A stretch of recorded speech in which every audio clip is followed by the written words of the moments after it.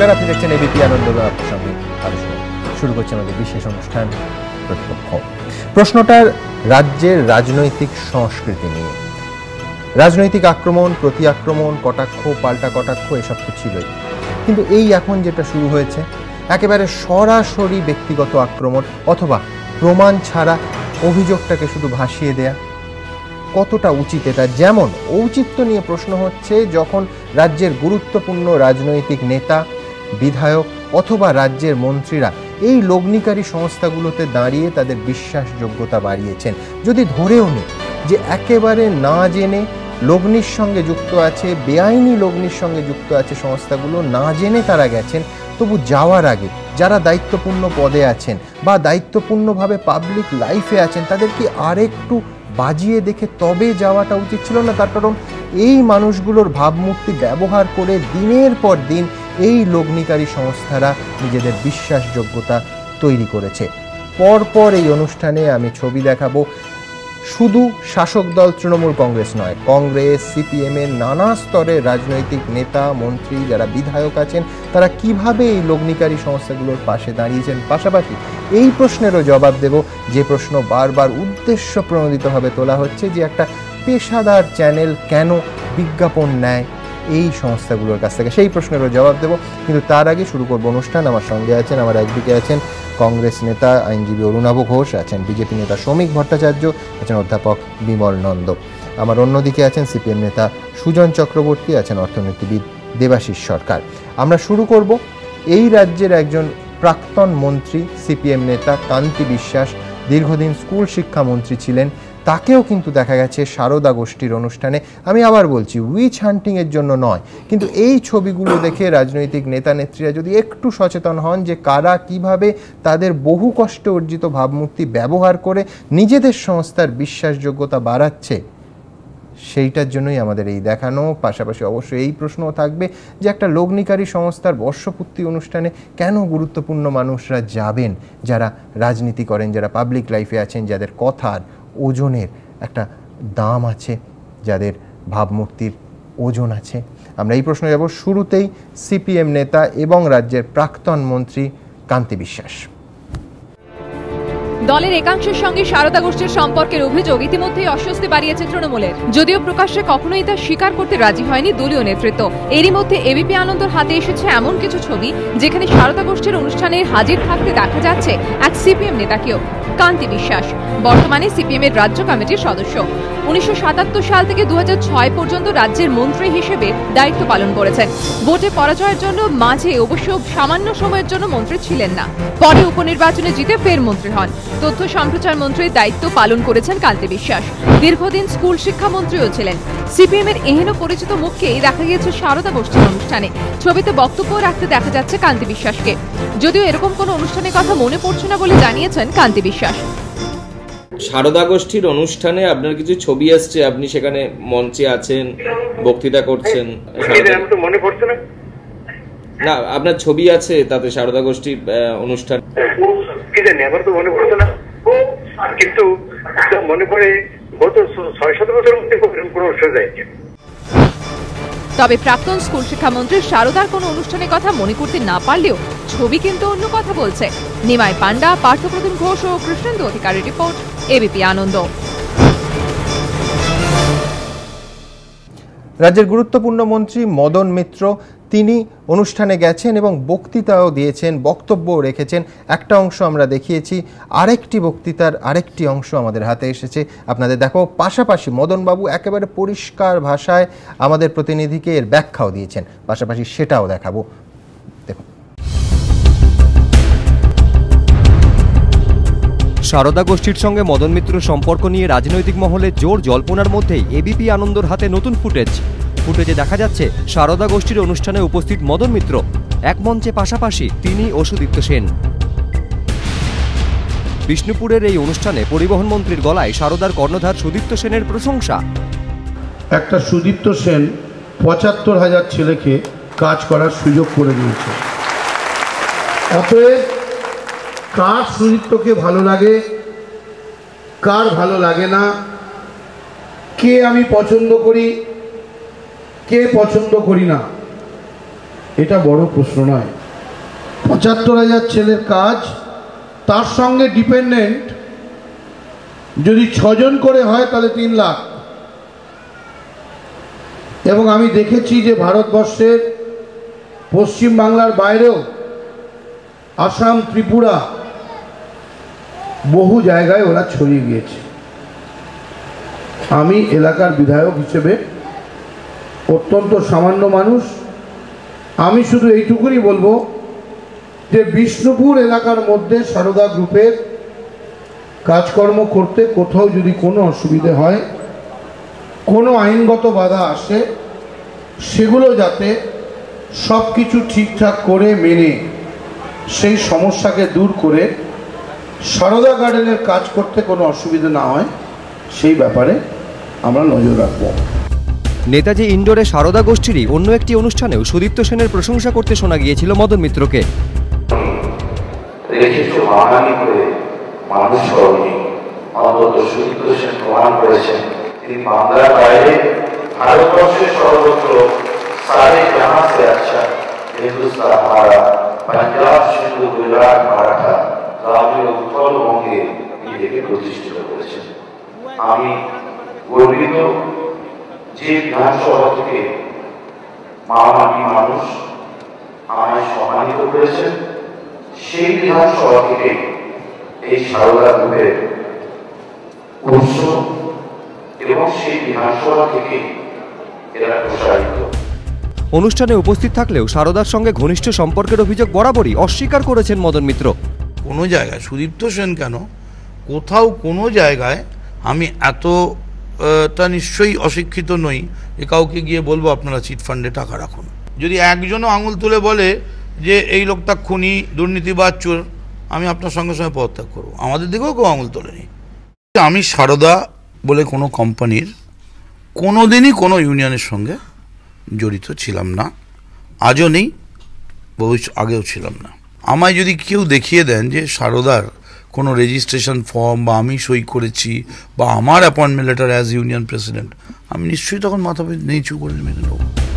সুদীপ্ত ঘনিষ্ঠতার অভিযোগ মদন মিত্র অস্বীকার করলেও এ নিয়ে রাজনৈতিক চাপানুতর আরও বাড়বে বলেই মনে করছে রাজনৈতিক মহল। এবিপি আনন্দ। এরপর সেই মানুষটি যিনি হুইসেল ব্লোয়ারের কাজ করেছেন, তৃণমূল দলের মধ্যে থেকেও বারবার এই লগ্নিকারী সংস্থাগুলির বিরুদ্ধে দলের মধ্যে বলেছেন, এমনকি দেশের প্রধানমন্ত্রী মনমোহন সিংহকে চিঠিও লিখেছেন, সোমেন মিত্র।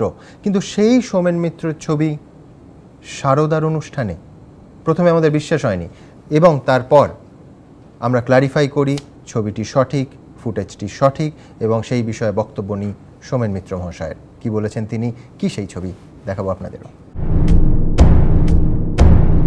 2011 সালের 27শে জুলাই প্রধানমন্ত্রীকে চিঠি দিয়ে রাজ্যের একাধিক লগ্নি সংস্থার বিরুদ্ধে ব্যবস্থা নেওয়ার জন্য অনুরোধ করেন তৃণমূল সাংসদ সোমেন মিত্র, যা অস্বস্তি বাড়ায় তৃণমূলের। রাজনৈতিক মহলে জল্পনা তৈরি হয় লগ্নি সংস্থার বিরুদ্ধে চিঠি লিখে দলের মধ্যেই কোণঠাসা হয়ে পড়েছেন সোমেন। কিন্তু এবিপি আনন্দর হাতে এমন কিছু ছবি এসেছে যাতে দেখা যাচ্ছে সারদা গোষ্ঠীর অনুষ্ঠানে উপস্থিত রয়েছেন খোদ সোমেন মিত্রই।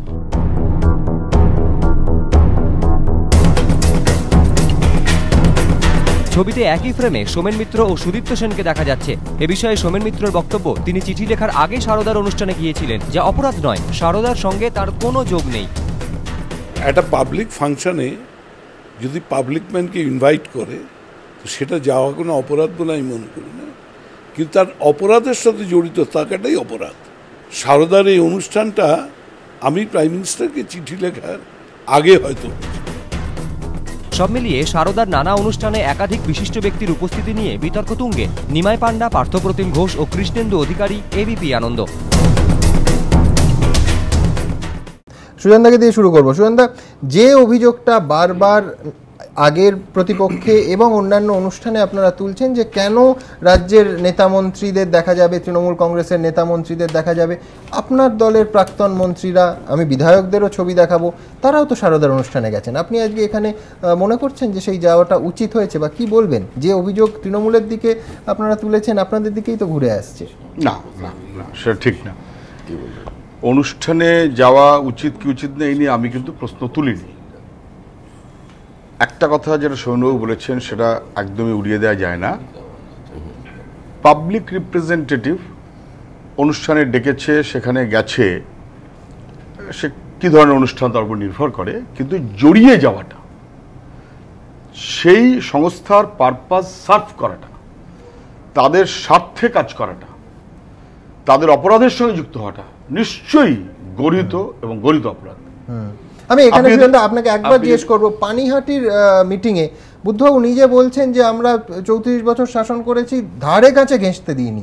কিন্তু অনুষ্ঠানে যাওয়া তো ধারে কাছে ঘেঁষা না, আর কাকে বলে ধারে কাছে? না না না, সারদা যা যতটুকু সংবাদ মাধ্যমেও দেখেছি বা যতটুকু খবর পেয়েছি, তাতে সারদা চিটফান্ড কিন্তু 2008 সাল, মানে যেটা থেকে আমাদের এই সংকটটা মানুষের মধ্যে ছড়িয়ে গেল।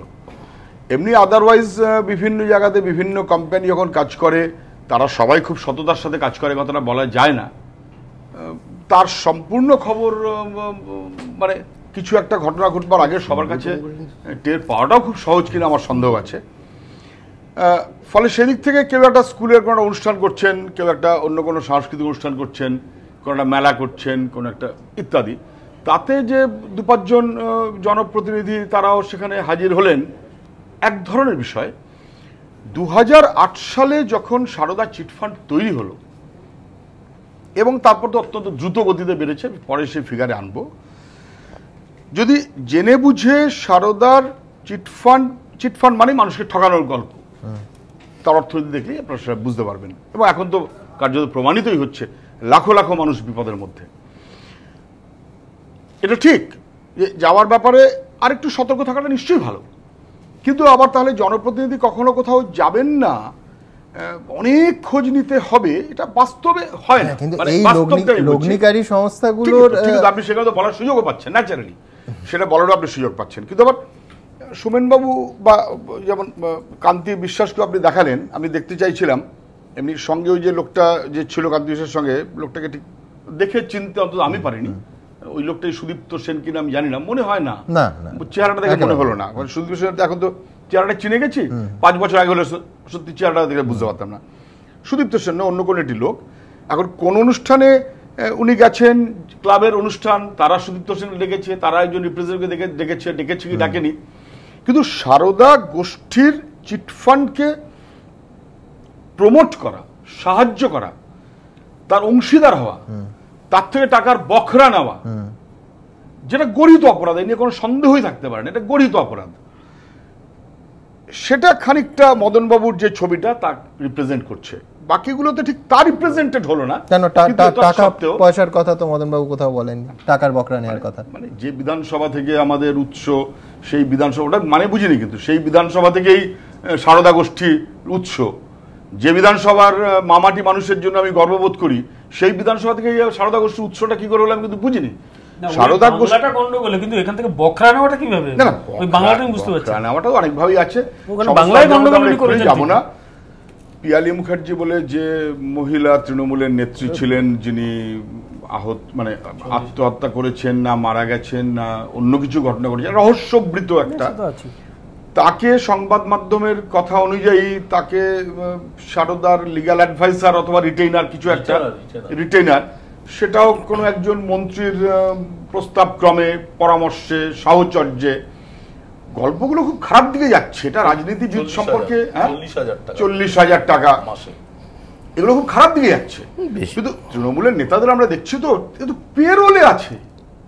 আপনি ভাবেন, আপনি বলেন সারদা গোষ্ঠীর সঙ্গে সম্পর্ক, আরেকটা অভিযোগ এক্স্যাক্টলি আমরা দেখাবো যে পার্থ চট্টোপাধ্যায় সাংবাদিক সম্মেলন করে বলেছেন যে বুদ্ধবাবুর সময় যে চলচ্চিত্র উৎসব হয়েছে সেখানে সারদা গোষ্ঠীর টাকা কি ছিল, তিনি প্রশ্ন তুলেছেন। ঠিক কিভাবে প্রশ্ন তুলেছেন দেখো। বলছে ফিল্ম ফেস্টিভ্যাল বুদ্ধবাবু করেছিলেন কার টাকায়? 10 সালের কোথা থেকে কোন অর্থলগ্নি সংস্থা দিয়েছিল? সারদা দেয়নি তো। সারদা সেই টাকা যোগান দেয়নি তো। কে দিল সেই টাকা? সারদা গোষ্ঠী দিয়েছে কিনা খুঁজে দেখুন, তদন্ত করুন। একটা খুব ডিফেন্সিভ মানসিকতা, আপনি আমার যদি বলেন একটা খুব ডিফিটিস্ট মানে পরাজিতের মানসিকতা থেকে পার্থবাবু কথাটা বললেন। এবং এতটাই নিজেও কনফিউজড। না না না, মানে রাস্তায় ধর্ষণ হয়েছে, তুমি করোনি তো? হ্যাঁ হ্যাঁ, প্রায় সেরকম একটা, মানে এতটাই নিজেও সন্দেহের মধ্যে আছেন, অথচ একটা কথা ভাসাতে হবে। মানে আমি যেহেতু আজকে এইটা বোধহয় এর আগে কোনো একটা চ্যানেলে দেখিয়েছি, আমার একজন কেউ বলেছেন, আমি যথেষ্টভাবে যারা খোঁজ রাখেন তাদের কাছ থেকে আমি জিজ্ঞেস করছিলাম এরকম কোনো গল্প কি আছে, নির্দ্বিধায় তারা বলেছেন না এবং না এবং না। পার্থবাবুর কথা মানে জানা থাকলে তো একটা অ্যালিগেশনাল স্টেট বলতে হয়, তুমি করেছো, অ্যালিগেশনাল স্টেট কি করেছো। আমি ওই কারণে বলছি আসলে হয়ে যাচ্ছে কি জানেন তো, ডিফিটিস্ট মানসিকতা, পরাজয়ের মানসিকতা থেকে এটা করছেন। যেই দেখছেন যে পেরোলে তৃণমূলের নেতাদের নাম, আমি সত্যিই বলছি, আমি কিন্তু আশ্চর্য হয়ে গেছি, শঙ্কুদেব পান্ডা পেরোলে আছে 50,000, সে কোনো সরকারি অফিসার অমুক তমুক কোনো কিছু না, 50,000 টাকা, 50,000 টাকা। কোনো একজন দয়াল শাহ, আমি তাকে চিনি না, সে মুখ্যমন্ত্রীর দপ্তর থেকে টাকা নেয়, এদের পেরোলে আছে, এবং এটা গর্ব করে বলছে যে হ্যাঁ আমি তোদের গাড়িতেই যাতায়াত করি, আমি তোদের পেরোলে আছি। এই থেকে শুরু করে আমি সংবাদ মাধ্যমে দেখলাম শুভপ্রসন্ন বাবু একটা কোনো চ্যানেল করছিলেন, কিসের টাকা না টাকা আমি জানি না, সেটা উনি বিক্রি করেছেন সারদাকে, এবং কিভাবে সারদাকে পছন্দ হলো, কেন বেশ পছন্দ নয় হলো, সেইখানে আবার অর্পিতা ঘোষ বলে যার নাম টেলিভিশনে খুব দেখা যায়, সে হচ্ছে বোধহয় এক্সিকিউটিভ এডিটর, যে কখনো সাংবাদিকই ছিল না, সাংবাদিকতার পাঠ্যক্রম না নেওয়া সেই মহিলা, তিনি স্বীকারও করেছেন। আমি দর্শকদের দেখাবো, তিনি হচ্ছেন এক্সিকিউটিভ এডিটর। আমি যেটা বলতে চাইছিলাম, পরাজিত মানুষের কথা কেন বললাম, আমি সহ আমার চারপাশে আমার সম্পর্কে অভিযোগ, আমি ছবি কিনেছি 1,86,000-তে, আমার একদম রাইট হ্যান্ড যিনি মুকুল বাবু, তার সম্পর্কে পর পর পর পর অনেকগুলো কথা আসছে, খুব ঘুরছে। একটা কথা খুব ঘুরছে, কলম বলে যে পত্রিকাটা রাম জন্মাবার আগে রামায়ণ লেখার মতন লাইব্রেরিতে চলে গেল পত্রিকাটা চালু হওয়ার আগে, এরকমও একটা শোনা যাচ্ছে খুব, যে সেই পত্রিকাটা কি মুকুলবাবুর খুব ঘনিষ্ঠ কারুর নামে দেবার বন্দোবস্ত ইন দি মিন টাইম গত 7-8-10 দিনের মধ্যে হয়ে গেল। উঠছে খুব ভয়ঙ্কর হয় কথাগুলো।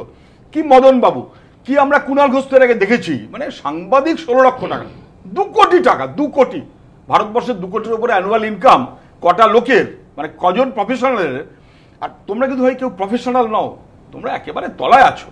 16 লক্ষ, এটা যে অবশ্যই তার পে নয়, এটা যে অন্য কিছু। কিংবা তারপরে শঙ্কুদেব, কি দয়াল সাহা, কি শুভপ্রসন্ন চ্যানেল, কি অর্পিতা ঘোষ এত ঢপঢপ করছে। আমি বলছি শুনে রাখো, তৃণমূলের নেতাকর্মীরা তাদের সারদার পেরোলে আছে কম বেশি 5 কোটি টাকা মাসে সারদাকে শুধু তৃণমূলের নেতাকর্মীদের দিতে হয়েছে। পরাজিতের মানসিকতা, এখন যখন কিছুই করতে পারছে না, ওই একটা আছে নাকি, হলো নাকি, bogus and all bogus, challenge করাই যেতে পারে, সে কোনো অসুবিধা নেই, এবং থাকলে স্ট্রেট বলুক না, অসুবিধা কি আছে। আমি বরঞ্চ একটা ভাবছিলাম, আমি দেখেও ভাবছিলাম, যেটা দেখাবো না জানেন, পার্থবাবু একটা পুজোতে খুব ইনভলভড, তার নাম হচ্ছে ওই নাকতলা উদয়ন সংঘ। আমি দেখছিলাম 22টা ভিআইপি কার্ড, এটা যে তার ভিআইপি কার্ড, 22টা স্পন্সর, 22, 1 2 3 4 5 6, এটাই তো স্বাভাবিক, তো থাকতেই পারে, কিন্তু বড় পুজোতে বড় নেতা যখন থাকে তখন সেই নেতাকে দেখে তো আসে সবাই। এর মধ্যে 22-এর মধ্যে ভিপজিওর গ্রুপ, এটা সম্ভবত চিটফান্ড, মানে ওই যা 73 যা দেখছি ওর আশপাশে সব ঘোরাঘুরি করছে বলে মনে হচ্ছে।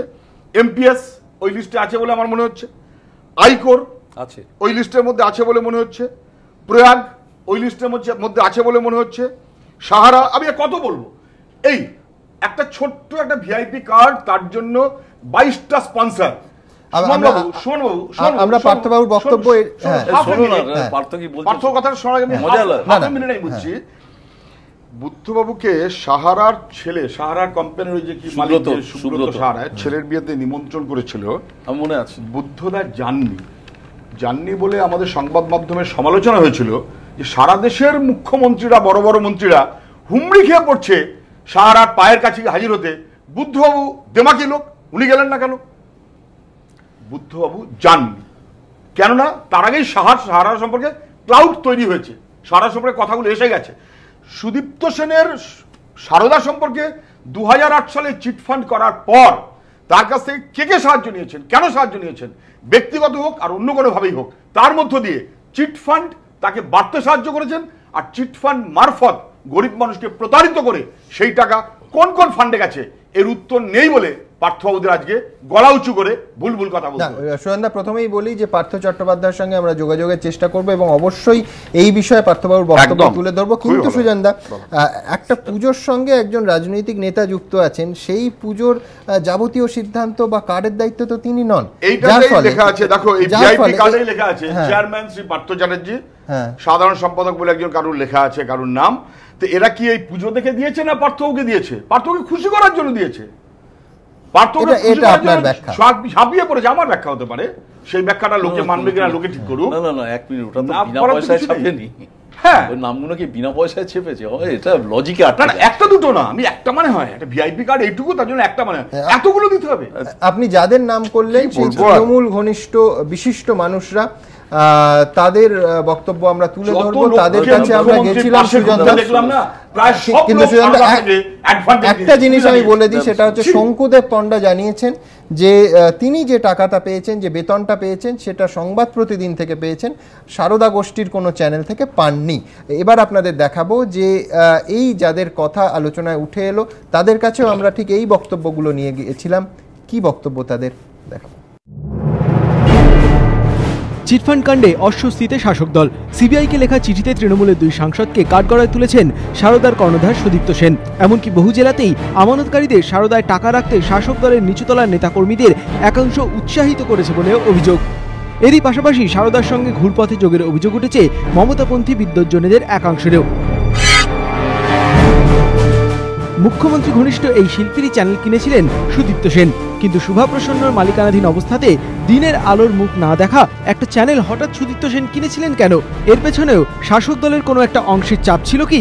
বিভিন্ন মহলে প্রশ্ন উঠছে, যদিও শুভা প্রসন্ন এই প্রশ্ন উড়িয়ে দিয়েছেন। তার দাবি, 2009-এ নিজের পুঁজি দিয়ে একটা চ্যানেল তৈরি করি, কিন্তু কিছু অসাধু ব্যক্তির জন্য 7-8 মাসের মধ্যেই চ্যানেল এয়ার হওয়ার আগেই তা বিক্রি করতে বাধ্য হই।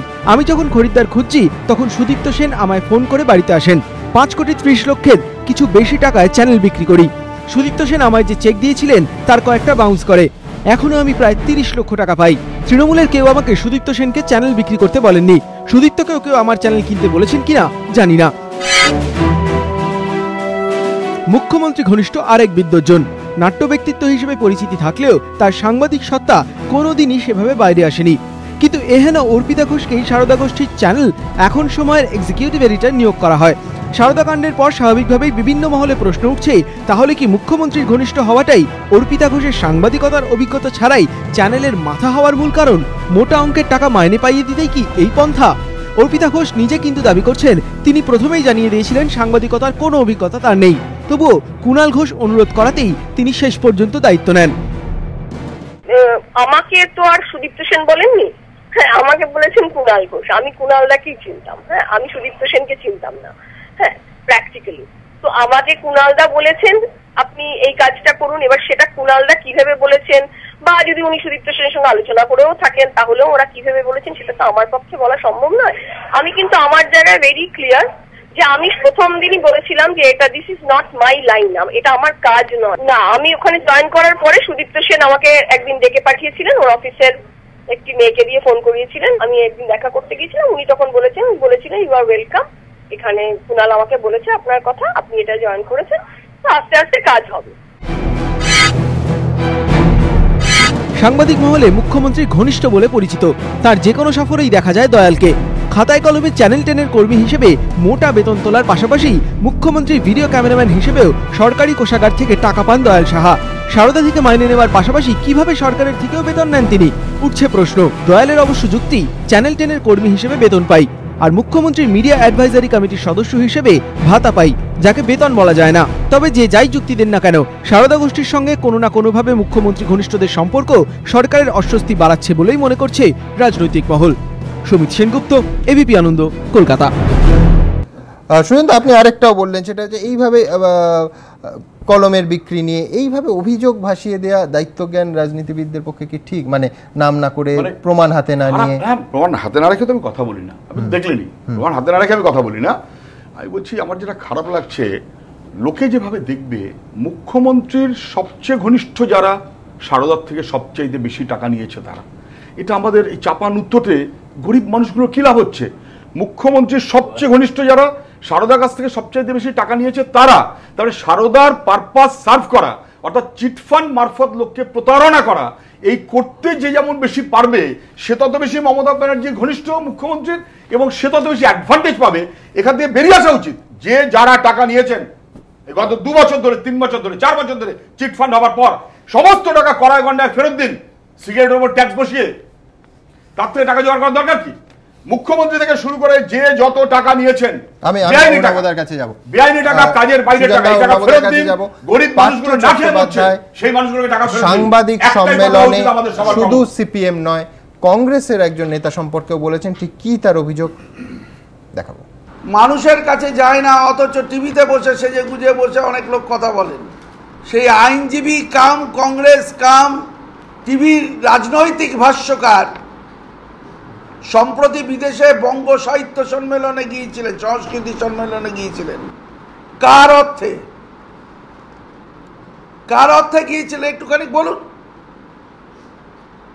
যে কার অর্থে গেলেন, কে দিল? তার পেছনে সারদা নেই তো? আমি মা সারদাকে প্রণাম করে বলছি, মা সারদা এদের বাঁচাও, এরা ভরপেট খেয়ে মিথ্যে কথা বলছে।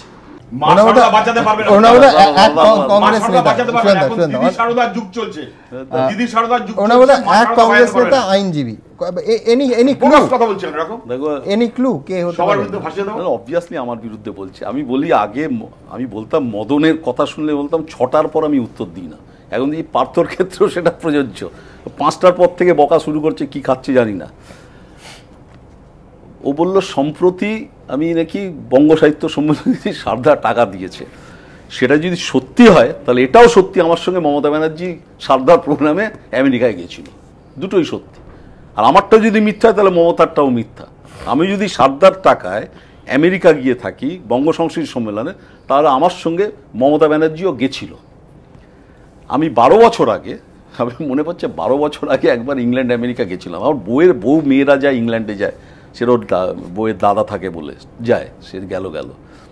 আমার এত দুর্দিন হয়নি যে সারদার থেকে ভাই টাকা নিয়ে আমেরিকা যাব। আমেরিকা এখন আমি বলি তুমি আরও ভালোভাবে গিয়ে আছে, প্রেসিডেন্সির এত ছেলে আছে, জাস্ট নাবলেই না টানাটানি করে ভাই চল 12 বছর আগে। তার আগে 85-এ তো মমতা আমার সঙ্গে রাশিয়ায় গেছিলো, এটা তো ঘটনা। আমরা তো একসঙ্গে গেছিলাম, তাতে কি হলো? পার্থর অসুবিধা হয়েছে কি, পার্থকে দেখলে আমার কি হয়, ছোটবেলায় নর্থ ক্যালকাটা, ওরা তো বয়স কম, আমাদের বেশি যারা বয়স, ভাল্লুক নাচ হতো জানো তো। ভাল্লুকের মুখটা বাঁধা থাকতো, সাদার পুরোটা কালো, মুখটা সাদা।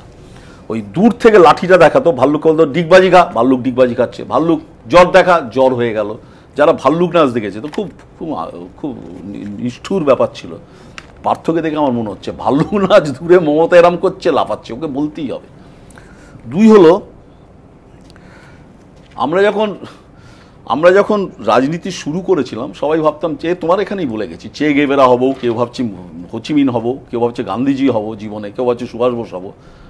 পার্থ সেই সময় সৌগত রায়ের কাছে অ্যাপ্লিকেশন ছিল যে একটা রেশন শপ, তারপরে একটা মিনিবাস আনএমপ্লয়েড ইউথদের দিত। কীভাবে নেব? বললো আরে কন্ডাক্টর তো গাড়ি চালাতে পারি না। আমি করছিস কি? বলে না কন্ডাক্টর হয়, এবং পেয়েছি।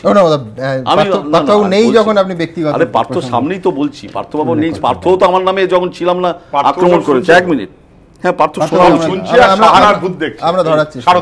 হ্যাঁ। তো এই ধরনের অভিযোগ আমার নামে প্রচুর উঠছে। আমি এইটা বুঝি যে যেমন আমার নামে বললো যে স্নো পাউডার মেখে ইয়ে করে এতে যাচ্ছি। সুজন 1 মিনিট শুনছি।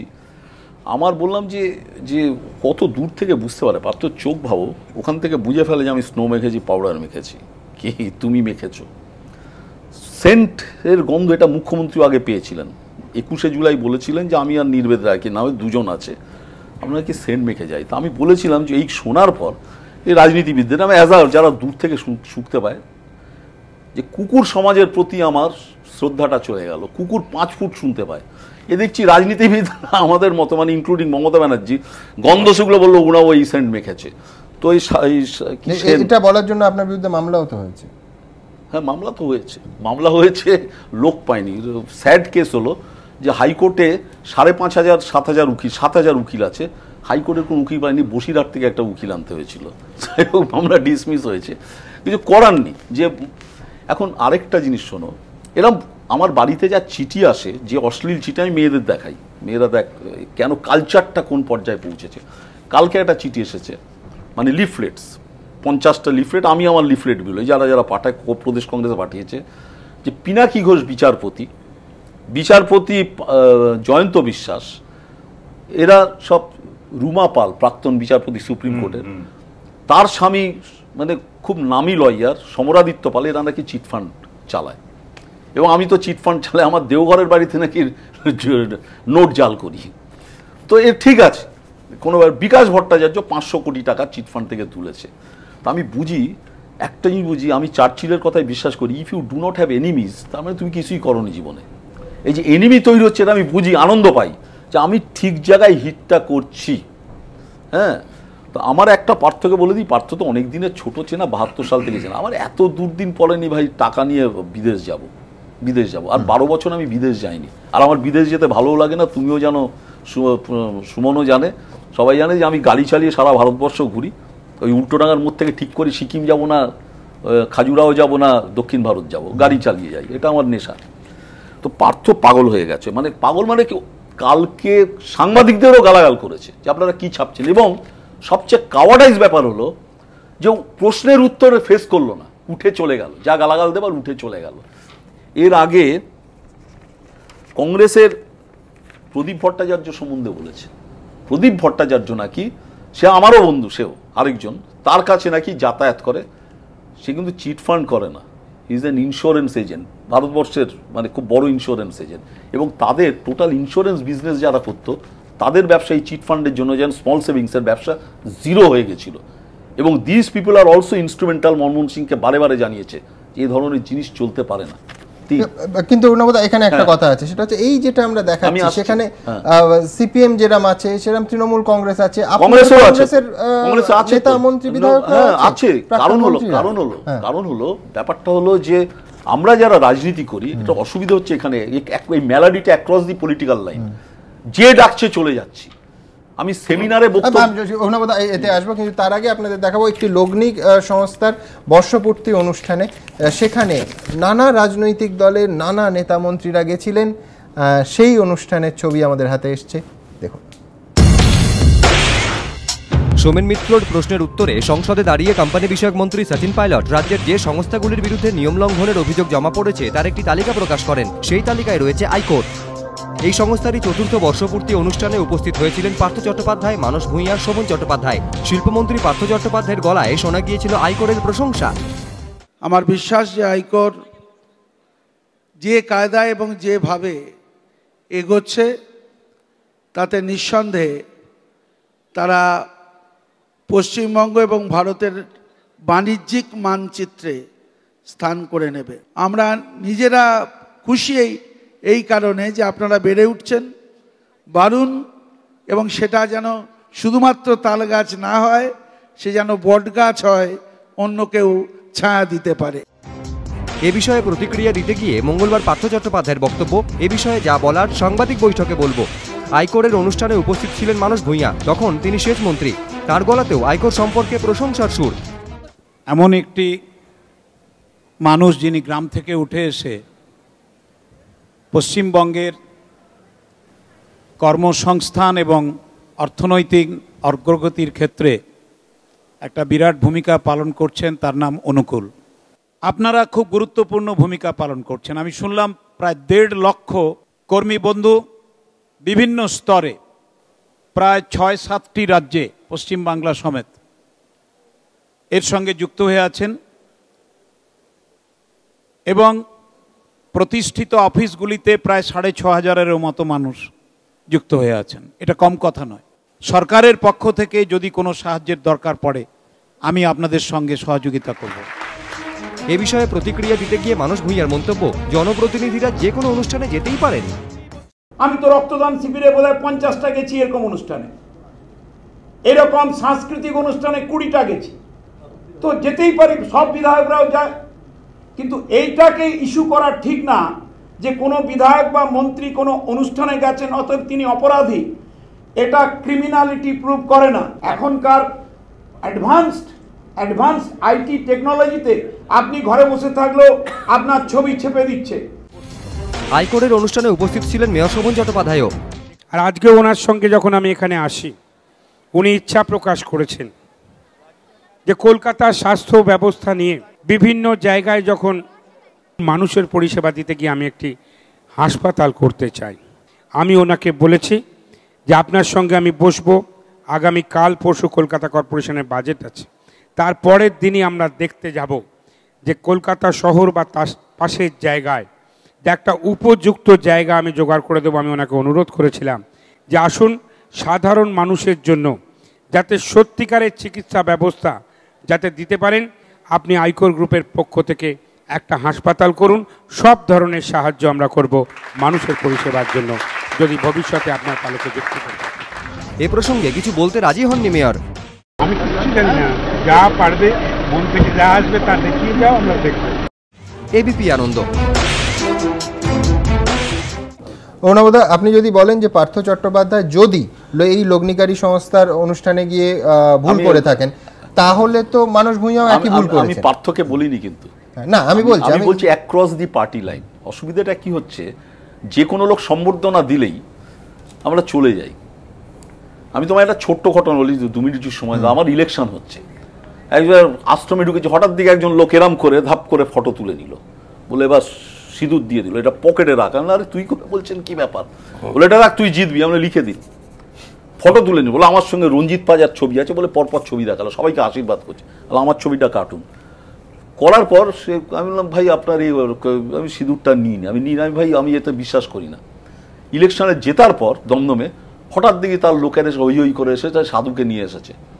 আমি এই মশাই আপনার লিখে দিতে বলেছেন, আমি জিতবো কিনা, তখন লিখলেন না, মাইকে বললাম, মাইকে। তো 420 কারবার টোটাল। এখন এই যে এই জায়গাটা, এটা কিন্তু তোমায় ধরে রাখতে হবে। আমি অন্তত এইটুকু বলতে পারি যে কেউ সাহস করেনি আমাকে জিজ্ঞেস করতে কোনো এই ধরনের প্রোগ্রামে যেতে। আমি প্রথমে বেসিক্যালি অ্যাভয়েড করা উচিত। সেমিনারে যাব, নিশ্চয়ই যাব, সেমিনার কে হলে যাব।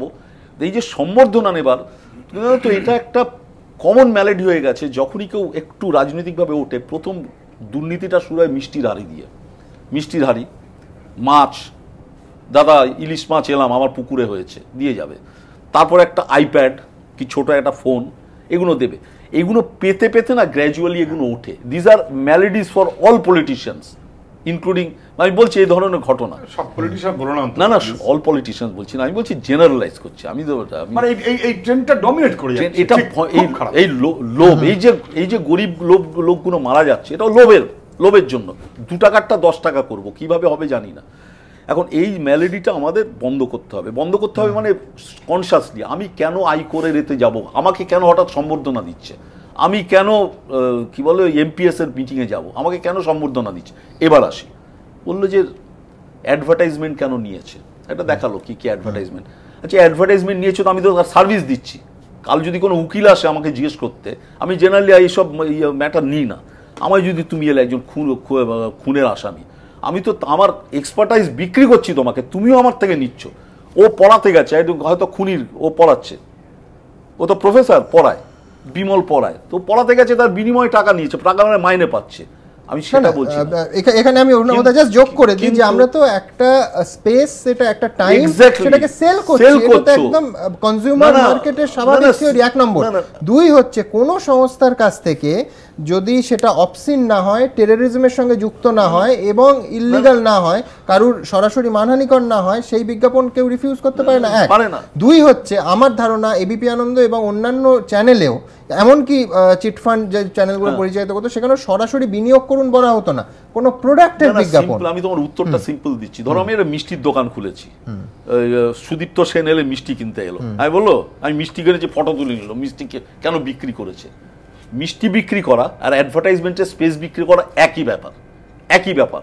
কারণ আমি আমার প্রোডাক্টটা সেল করছি। যেমন আরেকজন সাংবাদিকের সঙ্গে নাম বলছি না, সে জাস্টিফাই করছে, বোঝাতে পারছে না, মোটা করে একটি ছেলে বোঝাতে পারছে না কেন সেই পত্রিকার সঙ্গে চ্যানেল 10-এর ছিল। সে তো বিক্রি করেছে, আমার এক্সিকিউটিভ স্টাফকে আমি বিক্রি করেছি, মেবি আমার অন্য দলের তৃণমূলের লোক, তারা সে বিক্রি করেছে আমার এক্সিকিউটিভ সার্ভিস। ধরো তুমি আনন্দবাজার পত্রিকা তোমাকে ইনফরমেশন দিল, তার বিনিময়ে টাকা নিল, তুমি লোকটা খারাপ হলে তার থেকে আনন্দবাজার পত্রিকা দায়ী হবে? আনসার ইজ নো, কারণ I am selling my space. আরেকটা ওনাবোধা, সেটা হচ্ছে ধরুন আমি বলছি jet Airways, Sudipta Sen chit fund থেকে টাকা উপার্জন করেন, তো জেট এয়ারওয়েজ কি বলবে যে তোমার টাকা আমি টিকিট দেবো না? উঠবে না আমার প্লেনে, তুমি উঠবে না। মানে আমি বলছি এটা selling service is a different thing. Selling, এক minute, selling your service is a different thing. কারণ অনেক টায়ার কোম্পানি আছে যারা চিট ফান্ডের সঙ্গে জড়িত। আমি টায়ার কিনবো না, আমি তো ভাই পয়সা দিয়ে কিনছি, অথবা পয়সার বিনিময় এক্সচেঞ্জ হচ্ছে। এই টাকা নিয়েছে তাদের কাছে কোনো যুক্তি নেই বলে অযথা যাই হোক না, এগুলো উত্তর দেওয়া দরকার। বহুবার তৃণমূলের গুরুত্বপূর্ণ আজকে যারা নেতা কর্মী হয়েছেন তাদের বিজ্ঞাপন চলেছে, মধ্যখানে আপনার মনে থাকবে তখন বামফ্রন্ট সরকার ক্ষমতা, আপনাদের বিজ্ঞাপন আসতো আমার সরকার আমার পাশে, বহুবার চ্যানেল সেটা তারা ইন্টারভিউ চলার মাঝখানেই চলেছে কমার্শিয়াল টাইমে, তাতে কার কি করার আছে? নন্দীগ্রামও আমরা দেখিয়েছি, সিঙ্গুরও দেখিয়েছি, সরকারি বিজ্ঞাপনে এলে আইনত আমরা ফেরাতেও পারি না।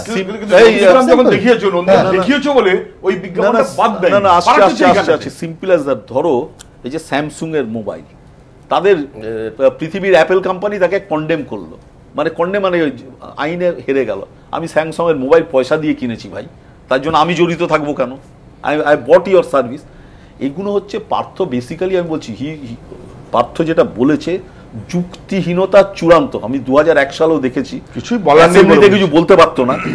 বুদ্ধবাবু ভালো বলেছেন, বলুন উনি কি বলেন, যখন অ্যাসেম্বলির অপোজিশন লিডার ছিলেন উনি কি বলেন আমি জানি না। এবার একই সঙ্গে মানুষকে বলতো, মানে পার্থ, যে উনি বুদ্ধবাবুর মানসপুত্র, আর ফোন করে বলতো, যে বুদ্ধবাবু ওপেন অ্যাসেম্বলিতে বললেন, কি মশাই আপনি তো রোজ ফোন করে বলেন যাতে মমতা না জানে, রাত্রেবেলা ফোন করে। এই পলিটিক্সটা ইটস নট গুড। আরেকটা লাস্ট বলছি, আচ্ছা আমি পলিটিক্স করি, আমার ছেলে মেয়ে কি দোষ করেছে? গৌতম দেবকে আমি দু চোখে দেখতে পাই না, আমিও দু চোখে দেখতে পাই না, বুদ্ধবাবুর সঙ্গে আমি ভয়ানক বিরোধী। তার ছেলে কি করছে? এই বক্তৃতাটা ছিল কালকে, যে ছেলে আর মেয়েকে নিয়ে আসেনি। আরে ও প্রেসিডেন্সি কলেজের ছেলে মেয়ে, খুব একটা নিচু মানের নয় গৌতমের ছেলে।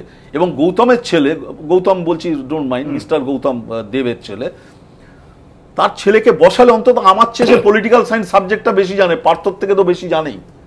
তো হোয়াট, ও কি দোষ করলো? ওর বাবা যদি দোষ করে থাকে। থার্ড লাস্ট বলছি, গৌতম দেব একটা মারাত্মক ভুল করেছে। অভিষেক, কালকে আবার পার্থ বলেছে অভিষেক খুব ইন্টেলেকচুয়াল। যেই অর্গানাইজেশনটাকে জিতে সেটা ইন্টেলেকচুয়াল অর্গানাইজেশন, পয়সা থাকলে একটা এন্ট্রেন্স ঢোকে, that is not equivalent to Indian institute of management, the best set of ভারতবর্ষের। ব্যক্তিগত ব্যাপার আমি না আমি বলছি না, আমি বলছি যে যেটা গৌতম দেব যেটা অন্যায় করেছে, সে ছেলেটা একটি ওয়েবসাইট খুলেছে, আমি কাল দেখলাম 2013 ওয়েবসাইট। সে বলেছে আমি এটা করব ওটা করব, হসপিটাল করব, করতেই পারে, করেনি এখনো। সেখানে দাম করে বলে দেওয়া, সে বলেছে মাইক্রো ফিন্যান্সও আমি করব, দাম করে বলে দেওয়া উইদাউট ভেরিফাইং যে তুমি চিট ফান্ড চালাচ্ছ, when you must have some evidence to show যে ভাই চিট ফান্ড চালাচ্ছ বলেনি, যেটা বলেছে মুখ্যমন্ত্রী বলা উচিত। এই প্রশ্নগুলো আমাদের নির্বাচনের আগেও এই ট্রেন্ডটা হয়েছিল, যে একটা প্রশ্ন ভাসিয়ে দিলাম, তার তথ্য প্রমাণ সাপোর্টেড নয়, বা তথ্য প্রমাণ আমি সেই মুহূর্তে পেশ করতে পারি না। এইটাও দর্শকদের কাছে আমাদের প্রশ্ন থাকবে, এইটা কতটা সঙ্গত আমাদের রাজ্যের রাজনৈতিক সংস্কৃতির সঙ্গে, এটা কি যায়? আমি শ্রমিকের কাছে আসব, তার আগে আপনাদের দেখাবো যে বর্তমান এবং প্রাক্তন নানা আইপিএস অফিসার গুরুত্বপূর্ণ পদে যারা আছেন তাদেরও এই অনুষ্ঠানে দেখা গেছে, আমরা অবশ্যই তাদের বক্তব্যও নিয়েছি, দেখাবো আপনাদের। এবিপি আনন্দর হাতে এসেছে এমন কিছু ছবি যেখানে সারদা গোষ্ঠীর অনুষ্ঠানে দেখা গিয়েছে পুলিশের একাধিক শীর্ষ কর্তাকে। সারদা গোষ্ঠীর অনুষ্ঠানে সুরজিৎ কর পুরকায়স্থ, এক ফ্রেমে সুদীপ্ত সেন, সুরজিৎ কর পুরকায়স্থ। সুরজিৎ কর পুরকায়স্থ বক্তব্য পেশ করছেন, পাশে দাঁড়িয়ে তা শুনছেন সুদীপ্ত, কখনো আবার দুজনে কথোপকথনে ব্যস্ত। ছবিতে দেখা যাচ্ছে সুরজিৎ কর পুরকায়স্থর হাতে পুষ্পস্তবক তুলে দেওয়া হচ্ছে। এ বিষয়ে কলকাতার বর্তমান পুলিশ কমিশনারের প্রতিক্রিয়া, বিভিন্ন ধরনের মানুষ বিভিন্ন অনুষ্ঠানে তাকে আমন্ত্রণ জানান, অনেক সময় তিনি গিয়েও থাকেন। আমরা তো বিভিন্ন সামাজিক অনুষ্ঠান, বিভিন্ন অনুষ্ঠানে সবসময় যাই, তাই কখন গিয়েছি আমার খেয়াল নেই, কিন্তু আমরা গিয়ে থাকি, যদি গিয়ে থাকি তাহলে গেছি কোনো একটা অনুষ্ঠানে হয়তো যেতে পারি। আমরা তো বিভিন্ন রকমের লোকেরা বিভিন্ন অনুষ্ঠানে ইনভাইট করে, অনেক সময় গিয়ে থাকি, সেরকম গিয়ে থাকি গেছি। সারদা গোষ্ঠীর অনুষ্ঠানে দেখা গিয়েছে বর্তমানে কাউন্টার ইনসার্জেন্সি ফোর্সের এডিজি কুন্দন লাল টামটাকেও। ছবিতে দেখা যাচ্ছে তিনি বক্তব্য পেশ করছেন, পাশে দাঁড়িয়ে সুদীপ্ত সেন। সারদার অনুষ্ঠানে উপস্থিত থাকার কথা অস্বীকার করেননি কুন্দন লাল টামটা। আমি এটা জানি কি ওখানে আমি একটা 2008 সালে একটা 2007 সালে আমি একটা জমি কিনলাম ওখানে, গভর্নমেন্ট থেকে পারমিশন নিয়ে। সারদা গোষ্ঠীর অনুষ্ঠানে দেখা গিয়েছে প্রাক্তন আইপিএস অফিসার তথা রানাঘাট পূর্ব বিধানসভা কেন্দ্রের সিপিএম এর প্রাক্তন বিধায়ক দেবেন বিশ্বাসকেও। সুদীপ্ত সেনের সঙ্গে একই ফ্রেমে দেখা গিয়েছে তাঁকেও। এ বিষয়ে অবশ্য কোনো প্রতিক্রিয়া দিতে চাননি এই প্রাক্তন আইপিএস অফিসার। বক্তব্য আমি বলে দিয়েছি, আমি আর এখন কোনো কিছু মন্তব্য করবো না। কৃষ্ণেন্দু অধিকারী, এবিপি আনন্দ। শ্রমিক, তোমার কি মনে হয় যে কোনো পাবলিক লাইফে থাকলে রাজনীতিবিদ হতে পারেন, আইপিএস আইএস অফিসাররা হতে পারেন, নানা ধরনের আমন্ত্রণ আসে, তাদের দিক থেকে একটা যুক্তি অবশ্যই থাকে যে কত আমি ক্রস ভেরিফিকেশন করব, কত ক্রস চেক করব, কিভাবে চেক করব, এবং এই চেক করে প্রত্যেকটা অনুষ্ঠানে একটা দীর্ঘ সময় লাগে, সেটা যদি না হয় কি করব, যার ফলে এই ধরনের অনুষ্ঠানে হয়তো তারা উপস্থিত হয়ে পড়েন। কি বলবেন?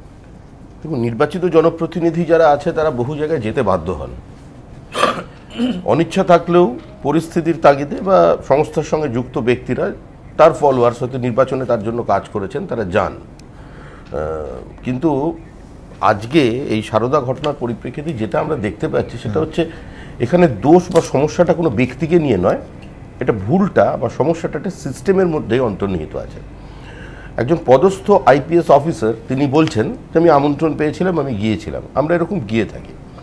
মনে রাখতে হবে যে সুজনদা বারবার কথাটা বলছেন না, 2008 সাল, 2008 সালে আগে না পরে, এটা কিন্তু আমার মনে হচ্ছে খুব একটা প্রাসঙ্গিক নয়। কারণ সুরজিৎ তখন উনি সিপি ছিলেন না, উনি ছিলেন, সিপি না থাকলেও উনি কোনো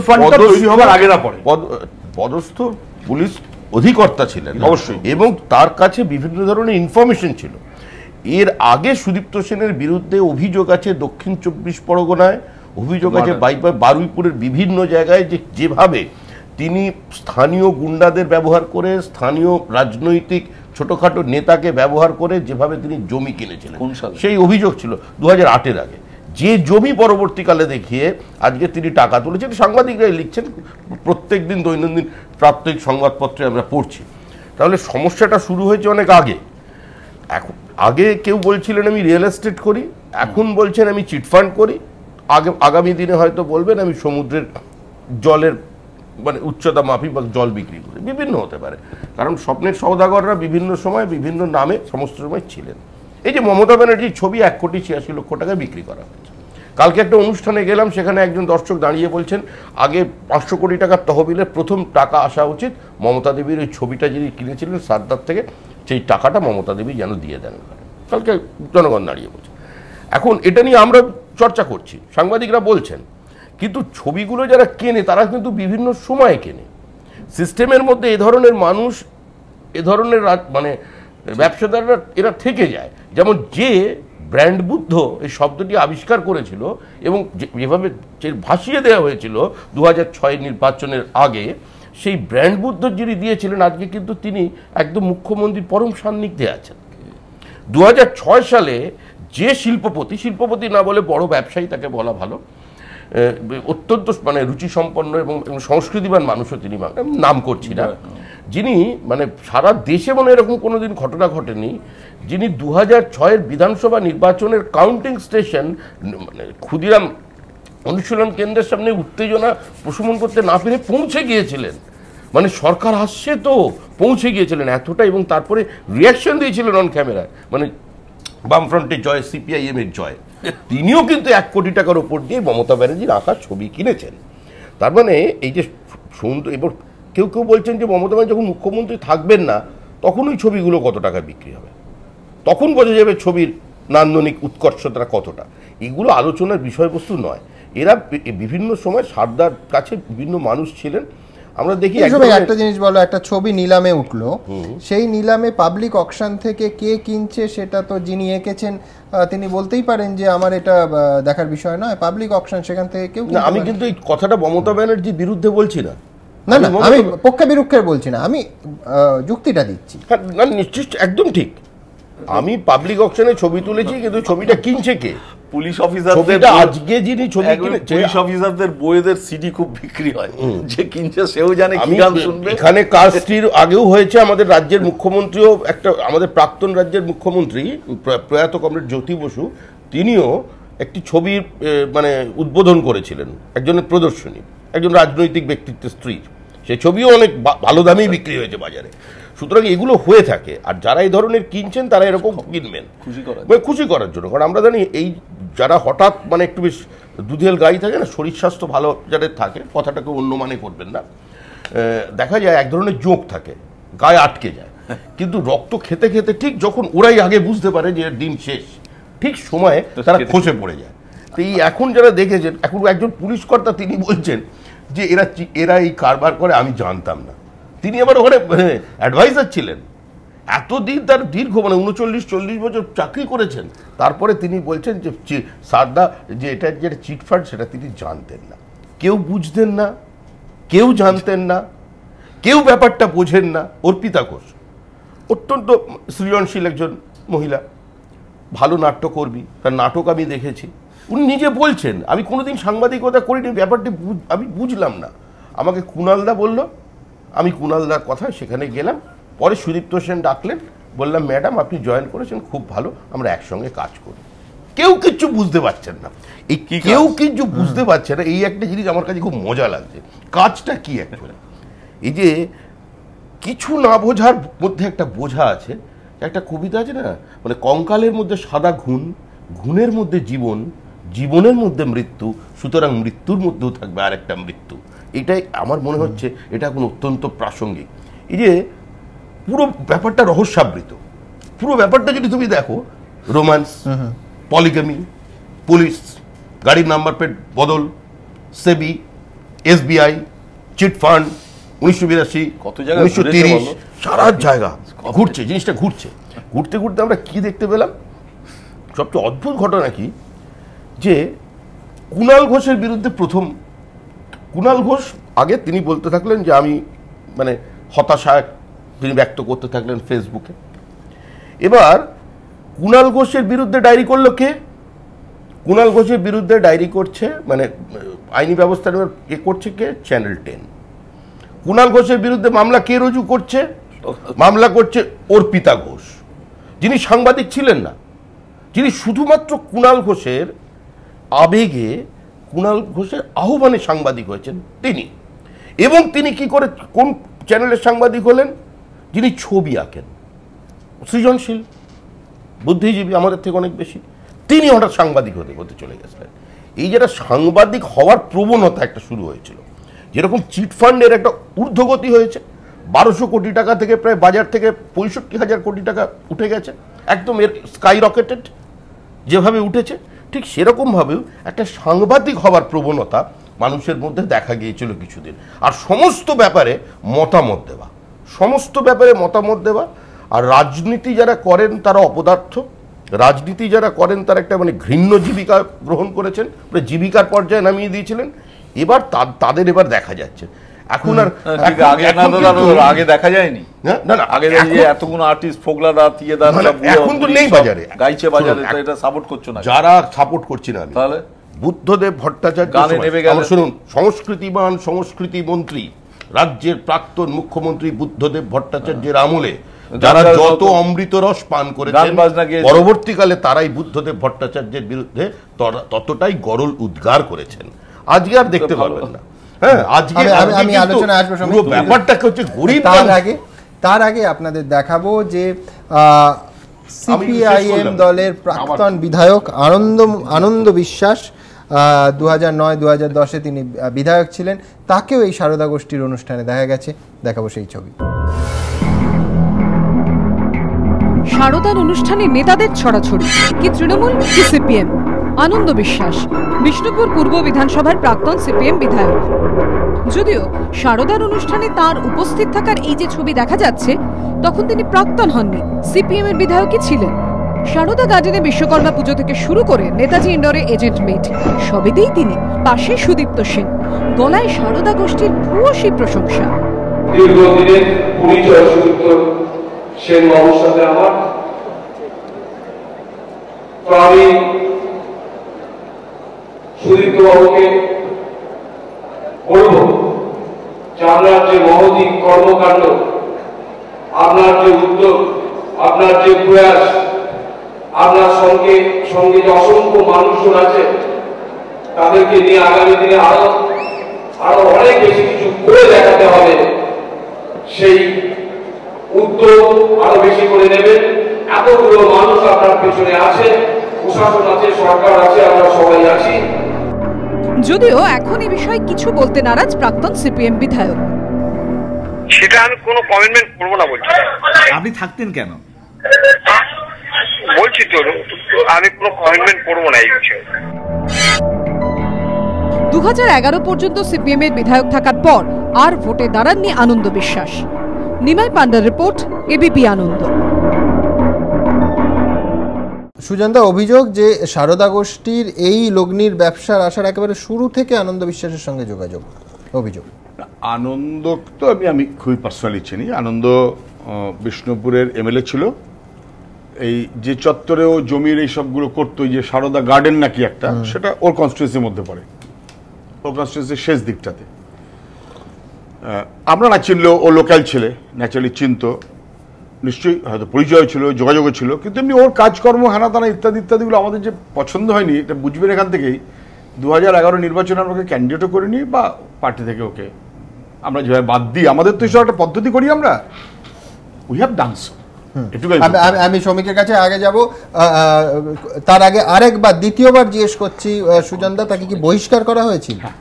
হ্যাঁ, বহিষ্কার করা হয়েছিল। কি অভিযোগে? ওর চলাফেরাগুলো একটু আমাদের পছন্দ হচ্ছিল না, ও সে কারণে বিরক্ত হচ্ছিল আমাদের। সেটার মধ্যে কি সারদাও একটা কারণ? সারদার সার্বিকটাই, সারদা বলে না, সবটা মিলিয়ে ওখানে বিরক্ত হচ্ছিল, কারণ ও মনে করছিল যে যেভাবে আমরা চালানো উচিত, ওকে আবার ক্যান্ডিডেট করা উচিত। আমরা বুঝেছি যে ওকে ক্যান্ডিডেট করা উচিত হবে না। ও প্রাইমারিলি বুঝেও ছিল যে সেটা না করাটাই বোধহয় ভালো, পার্টি আমায় করবে না। কিন্তু যা হয়, তারপরে ওর বোধহয় মনে হলো যে সুজন আমার ক্যান্ডিডেট হওয়া উচিত। আমরা বললাম না, ক্যান্ডিডেট করতে পারি না। কিছু মনে করো না, 2006 থেকে 2008-9 অবধি দক্ষিণ 24 পরগনায় যারা বাড়ি ঘরদোর করতে গেছে, তোমাদের ওই লোকাল লেভেলের, লোয়ার লেভেলের ছেলে যে কি অত্যাচার করেছে ভাবতে পারবে না। আমি তোমাকে একটা কথা বলি, অরুণাবদা, তারা সব তৃণমূল হয়ে গেছে। যদিও সেটা একটা অন্য ইস্যু। ওই যে চত্বরটা, যে চত্বরটা এটা আছে, আনন্দ এমএলএ বলে ডেকেছে, কিন্তু ওই চত্বরের কন্ট্রোলটা যে আনন্দ ছিল না। এবং 1998 ইলেকশনে ওখানে কার্যত আমরা বিপদের মধ্যে পড়েছিলাম। 99 ইলেকশন আমার নিজের খেয়াল আছে, পার্লামেন্ট ইলেকশন, কার্যত ওই চত্বরটাতে আমরা খুব মার্জিনালাইজড হয়ে গেছি। আমরা যে কিছু ঠেকাবো করবো এরকম খুব কন্ডিশনে ছিলাম না, যদি সত্যি কথাটা বলা হয়। এবার এটা নিয়ে যদি কোনো আলোচনা হয় না, বিস্তারিত আমি আলোচনা করতে পারি যে এই কিছুটা দায় তোমাদের নয়। নিশ্চয়ই আমাদের দায় নিশ্চয়ই। এই কারণে যে ক্রিমিনালসরা কি করে ওর সঙ্গে গেল, আমরা কেন সেগুলো ঠেকাতে পারলাম না, এ দায় তো আমাদের নিতেই হবে। কিন্তু ক্রিমিনালসরা ওর সঙ্গে গেল এটা আমরা যেহেতু ঠেকাতে চাইলাম বলে আমরা হয়ে গেলাম শত্রু। As simple as this. আপনাদের সিপিএম বিধায়কের সঙ্গে ছবি দেখালাম, এবার দেখাবো যে শাসক দল তৃণমূল কংগ্রেসের নিচু স্তরে বা নানা স্তরে নেতাদের সঙ্গে সারদা গোষ্ঠীর যোগাযোগ ছিল এবং যথেষ্ট ঘনিষ্ঠ যোগাযোগ বলে অভিযোগ। দেখুন, সারদা কাণ্ডের জেরে উত্তাল রাজ্য। কম দিনে বেশি টাকা পাওয়ার লোভে সর্বশান্ত হাজার হাজার মানুষ। অনেকেই অভিযোগ করছেন তৃণমূলের নেতাকর্মীদের একাংশের সঙ্গে সারদার যোগ দেখে তারা বিনিয়োগ করেছিলেন।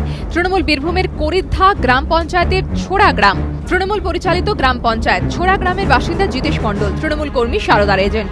আমাদের সারদা অফিসে দু মাস আগেই মনে হয়, 2 মাস আগে শতাব্দী রায় এবং স্বপন ঘোষ, বলতে পারছি না স্বপন ঘোষ আমি এতটা বুঝতে পারিনি, তবে শতাব্দী রায় এবং স্বপন ঘোষই এসেছিলেন। অফিসে এসে ফুল যা হোক একটা পুষ্পস্তবক নেন এবং মানে সাবাসী দিয়ে বলেন যে কোনো চিন্তা নেই, আমরা আছি। যদিও অভিযোগ অস্বীকার করেছেন শিউরির তৃণমূল বিধায়ক স্বপন ঘোষ। শতাব্দী রায় আমরা এইখানে সারদার হয়ে ভালো কাজ করুন, আমরা পাশে আছি, এই ধরনের কোনো বক্তব্য উনি রেখেছেন, এটা আমি কিন্তু কোনো রকমভাবেই শুনিনি। ছোড়া গ্রামের আমানতকারীদের দাবি তৃণমূলের নেতাদের সঙ্গে সারদার যোগ দেখে তারা বিনিয়োগ করেছিলেন। যে আমরা সারদাতে টাকা রেখেছিলাম, এরকম হবে জানলে রাখতাম না, তবে টাকাটা রাখার সাহস পেয়েছিলাম, পার্টিরা যুক্ত ছিল। বসিরহাটের সাঁইপাড়ার বাসিন্দা সুদাস রায় এলাকায় তৃণমূল কর্মী বলে পরিচিত, তিনিও সারদার এজেন্ট। ব্যক্তিগতভাবে 50 থেকে 60 লক্ষ টাকা তুলেছি আমি নিজে, এবং আমার টিম থেকে প্রায় 1.5 থেকে 2 কোটি টাকা আমার উঠেছে। হাওড়ার আমতা তৃণমূল পরিচালিত উদং গ্রাম পঞ্চায়েতের সদস্য মলয় পল্লে সারদার এজেন্ট হিসেবে কয়েক লক্ষ টাকা তুলেছিলেন। আমি ঘরে টিকতে পারছি না, আমাকে পালিয়ে বেড়াতে হচ্ছে, এইরকম ব্যাপারগুলো খুব খারাপ, আমার কাছে বেদনাদায়ক। আরো সারদায় আমানত করে এখানেও মাথায় আকাশ ভেঙে পড়েছে অনেকের। আমানতকারীদের দাবি সংস্থার সঙ্গে তৃণমূল নেতাদের একাংশের যোগ দেখেই তারা লগ্নি করেছিলেন। জানি যে স্বল্প সঞ্চয় আমাদের 15 মাসে করলেও এককালীন কিছু টাকা আমরা পেয়ে যাব। এই আমাদের এখানে পঞ্চায়েতের মেম্বার মলায় পড়লে ওর কাছে করেছি। আমানতকারীদের অভিযোগ, প্রথম কয়েক মাস তারা টাকা ফেরত পেলেও গত কয়েক মাস ধরে তারা আর কোনো টাকা সারদা থেকে পাননি। সমীরণ পাল, সুনীত হালদার ও গোপাল চট্টোপাধ্যায় রিপোর্ট, এবিপি আনন্দ। বিমলবাবুর কাছে আসবো। বিমলবাবু, আমি শাসক দল তৃণমূল কংগ্রেসের দেখালাম, কিছুক্ষণের মধ্যেই আমি সিপিএম রাজনৈতিক দলের সঙ্গে যারা যুক্ত তারাও সারদার সঙ্গে যুক্ত আছে সেই অংশগুলোও দেখাবো। কিন্তু এই যে স্তরে রাজনৈতিক নেতাদের বা রাজনৈতিক কর্মীরা যুক্ত হয়ে পড়ছে, এইটার আপনার কাছে কি ব্যাখ্যা আছে? এটার ব্যাখ্যা আছে, অবশ্যই ব্যাখ্যা আছে। আসলে এই যে কাজগুলো হয়, যারা এই ধরনের বেআইনি অর্থনৈতিক কার্যকলাপগুলো করে, তারা নিজের প্রয়োজনে রাজনীতিটাকে ব্যবহার করে, নিজের প্রয়োজনে। যতই সুজনদা এখানে বলুন যে আমরা একেবারে গঙ্গা জলে ধোয়া সাধু পুরুষ, কেউ নন ওনারা, একেবারে কেউ সাধু পুরুষ নন। অজস্র প্রমাণ আপনি বলেছেন বলে বললাম, কারণ আপনি তো বলেছেন। আপনাকে উদাহরণ দিই, কিভাবে খারাপ লোকগুলো নেতা মন্ত্রীদের কাজে লাগায়, তারাই লাগায়, এরা হয়তো শিকার হয়ে যান। আপনার মনে আছে, আপনাদের চ্যানেলে দেখিয়েছিল কেন জানি না, আসানসোলের কাছে একটি অনুষ্ঠানে বুদ্ধদেব ভট্টাচার্য তখন মুখ্যমন্ত্রী, কালে সিং, সে 1 লক্ষ টাকা চেক দিয়ে গিয়েছিল, একটি চ্যানেলে গান শুনিয়েছিল, হাম কালে হ্যাঁ তো ক্যা হুয়া দিলওয়ালে হ্যাঁ। আমরা বারবার দেখি, বহুবার দেখানো, এই প্রতিপক্ষ অনুষ্ঠানেই দেখি, বহুবার দেখানো হয়েছে। সেটা চেনা মুশকিল কেন? কারণটা হচ্ছে এই লোকগুলো, এই 1 লক্ষ টাকাটা তার কাছে বড় কথা নয়, এইটা গিয়ে সে এক ধরনের স্বীকৃতি চায় যে দেখো আমি উঠে মুখ্যমন্ত্রীকে টাকাটা দিতে পারলাম, আমি কেউ কেটা লোক না। কিন্তু লগ্নিকারী সংস্থার স্বার্থ তো আরো গভীর, বলছি যে আমি পাশে দাঁড়িয়ে ছবি তুলে টাকা তুলবো। লগ্নিকারী সংস্থার উদ্দেশ্য আরো গভীর থাকে, কারণ তাদের তো লং টার্ম কিছু, এরও কালে সিং এরও লং টার্ম উদ্দেশ্য আছে, কারণ যা ব্যবসা বাণিজ্য, মানে অ্যাপার্ট ফ্রম দ্য ভ্যানিটি, মুখ্যমন্ত্রীকে 1 লক্ষ টাকা দিলে পুলিশ একটু সমঝে চলবে, ঠিক সেরকম এদের উদ্দেশ্য আরো গভীর। এদের উদ্দেশ্য গভীর এই কারণে যে আমাদের সমাজে একটা অদ্ভুত বিষয় আপনি দেখবেন, পলিটিক্যাল লিডার্স তারা বহু ক্ষেত্রে সোশ্যাল লিডার্সও বটে, মানুষ তাদের দেখে চলে। ফলে হয় কি, এই পলিটিক্যাল লিডারদের যদি আমরা কাজে লাগাতে পারি, তারা মনে করে যে তাহলে আমার উদ্দেশ্য অনেক সফল হবে, যার জন্য অনেক সহজ হবে, অনেক দ্রুত আমি মানুষের কাছে পৌঁছে বিশ্বাসযোগ্যতা বাড়বে এবং এই ছবিগুলো দেখাতে পারবো। এখন অসুবিধা হচ্ছে যারা পলিটিক্যাল লিডার, যিনি এমএলএ বা এমপি, যে তারা হয়তো অনুষ্ঠান, অনেকে কিন্তু থাকেন ডাকলেই চলে যান। উত্তর কলকাতায় অজিত পাঁজা সেই অঞ্চলে যে ডাক্তার, তার সঙ্গে কোনো চিটফান্ডের কোনো যোগ কোনো কালে প্রমাণিত হয়নি, কিন্তু তার একটা রাজনৈতিক জীবন ছিল, যে ডাক্তার উনি কিন্তু চলে যেতেন এবং তার জন্য তিনি জনপ্রিয় ছিলেন। যে এমএলএ এমপিকে ডাকলে পাওয়া যায় না, তিনি গোটা জনপ্রিয় হন না, মানুষ নিন্দা করে যে ওনাকে তো পাওয়া যায় না। অজিত পাঁজাকে মানুষ প্রশংসা করত। হয় কি, অজিত পাঁজাকে ওরা জড়াতে পারেনি, কিন্তু বহু মানুষ তো জড়িয়ে পড়েন। হয় কি, একটা চিটফান্ড একটা অনুষ্ঠান করলো, সম্বর্ধনা দিল, নিতে চলে গেলেন। আবার অনেক ক্ষেত্রে কার্যকলাপ থাকে সন্দেহজনক। উদাহরণ দিই, ডালু মিয়া একদিন চিঠি লিখছেন যে এরা অত্যন্ত অন্যায় করছে, পরের দিন চিঠি লিখছেন, পরের দিন মানে কয়েকদিন পরে, আমি সমস্ত অভিযোগ প্রত্যাহার করে নিচ্ছি। কেন? খুব সন্দেহজনক। কি ডিল হয়েছিল সেটা একটা প্রশ্ন, এটা একটা গুরুত্বপূর্ণ প্রশ্ন। এবং আরো সন্দেহজনক যখন কোনো নেতা ভালো লগ্নিকারী সংস্থা, খারাপ লগ্নিকারী এইভাবে ডিফারেন্সিয়েট করেন যে হঠাৎ করে দুটো ভালো হয়ে গেল, যেটা হয়তো আগের চিঠিতে যারা খারাপ। এবং ইতিমধ্যে ডালু মিয়া 4টে চিঠি দিয়েছেন, 4টে চিঠিতে 4বার গন্ডগোল পাকিয়েছেন, এই লাস্ট চিঠিটাতেও গন্ডগোল পাকিয়েছেন। সুতরাং বোঝা যাচ্ছে রাজনৈতিক নেতারা যেরকম অনেকে স্বেচ্ছায় বা নিজের ভুলে জড়াচ্ছেন, ঠিক সেরকম এরাও তাদের জড়াচ্ছে। অর্থাৎ এই অর্থনৈতিক বা বেআইনি অর্থনৈতিক কাজ করা শক্তিগুলো তারা রাজনীতি সাহায্য নিচ্ছে। সমস্যা হচ্ছে কি, এর ফলে রাজনীতি সম্পর্কে বিশ্বাসযোগ্যতা শুধু নষ্ট হচ্ছে না, এটা কবে এরা ফেরত পাবেন। এখানে যারা আছেন অনেকে 3 জন অন্তত রাজনীতিবিদ, আমি গভীরভাবে শ্রদ্ধা করি রাজনীতি, কারণ আমি নিজে রাজনীতি বিষয়টা চর্চা করি, পড়াই, ওটা দিয়ে আমার পেট চলে। সেখানে যদি রাজনীতিবিদদের সম্পর্কে এই ধরনের ধারণা হয়, তাহলে কিন্তু এদেশের, এই রাজ্যের রাজনৈতিক সংস্কৃতি কোথায় পৌঁছবে সেটা কিন্তু অবশ্যই খুব চিন্তার বিষয়। এটা একটা। দ্বিতীয় হচ্ছে যে এই রাজনৈতিক নেতারা কেন যান। এটা ঠিকই যে আপনারা যে দেখাচ্ছেন যে তারা যাচ্ছেন, বহু ক্ষেত্রে তারা জড়িয়ে পড়ছেন। কেন জড়িয়ে পড়ছেন? কারণ তার স্থানীয় প্রভাব আছে। এবং আশ্রমের লোকের কাছে গেলাম, ওই বললাম গুরুদেব এরম হাত বেলালো, আর আপনি দেখাচ্ছেন কেউ তো দেখি বাকি নেই। এবং লগ্নিকারী সংস্থার অনুষ্ঠানে গিয়ে আমি তাদের সপক্ষে বক্তব্য রাখবো কেন? হ্যাঁ ঠিকই, হাজারবার ভাবা উচিত যে এই লোকটা আমাকে ডেকে সম্বর্ধনা দেবে কেন দেবে, মানে আমি খুব বড় নির্মাণ সংস্থার বর্ষপূর্তি অনুষ্ঠানে গিয়ে বক্তব্য দিলেও আমার প্রশ্ন উঠবে। হ্যাঁ, প্রশ্ন তো উঠবে। সুতরাং এটা আপনার ভাষায় মানুষের কাছে পৌঁছানো নয় না, এটা একেবারেই মানুষের কাছে পৌঁছানো নয়। এটা ভাবা উচিত যে কোনটা মানুষের কাছে পৌঁছানো এবং কোনটা মানুষের কাছে পৌঁছানো নয়। এটা একজন রাজনীতিবিদ যিনি এত মানুষের ভোটে জিতছেন তিনি এটা বোঝেন না, এটা মনে করা মুশকিল। হয়তো সস্তা জনপ্রিয়তার জন্য চলে যান, বা হয়তো মনে করেন ওখানে আমি যদি না যাই, আমার প্রতিপক্ষ দল যদি জায়গাটা দখল করেন, আমি তাকে স্পেস ছাড়বো কেন? এটা হচ্ছে রাজনীতি স্পেস ছাড়া নিয়ে একটা জায়গা। এটা কিন্তু সব রাজনৈতিক দল প্রত্যেকেই কাজটি করে। আমি বিমলবাবুর কাছে আসবো, তার আগে আপনাদের দেখাবো যে শুধু তৃণমূল কংগ্রেস কেন, সিপিএম দলের অনেক নেতা এবং কর্মীরাই কিন্তু এই সারদা বিভিন্ন এই যে লগ্নির কাজটা, এই কারবারটার সঙ্গে যুক্ত হয়ে পড়েছিলেন। দেখাবো আপনাদের। কয়েকদিন আগে লগ্নি সংস্থা থেকে টাকা তুলে নেওয়ার পরামর্শ দেন তৃণমূল সাংসদ শুভেন্দু অধিকারী, কিন্তু এবার তাঁরই ভাই তথা কাঁদি পৌরসভার চেয়ারম্যান সৌমেন্দু অধিকারীর ছবি ও প্রশংসাপত্র দেখিয়ে প্রতারণার অভিযোগ এক লগ্নি সংস্থার বিরুদ্ধে। কয়েকদিন আগে পর্যন্ত এই দপ্তরের সামনে ঝুলছিল সংস্থার মালিক ও সৌমেন্দুর ছবি এবং তার প্রশংসাপত্র। আমানতকারীদের অভিযোগ, বিষয়টি সংবাদ মাধ্যমে নজরে আসার পরই সংস্থাটি তালা ঝুলিয়ে পাত্তারি ঘটিয়েছে।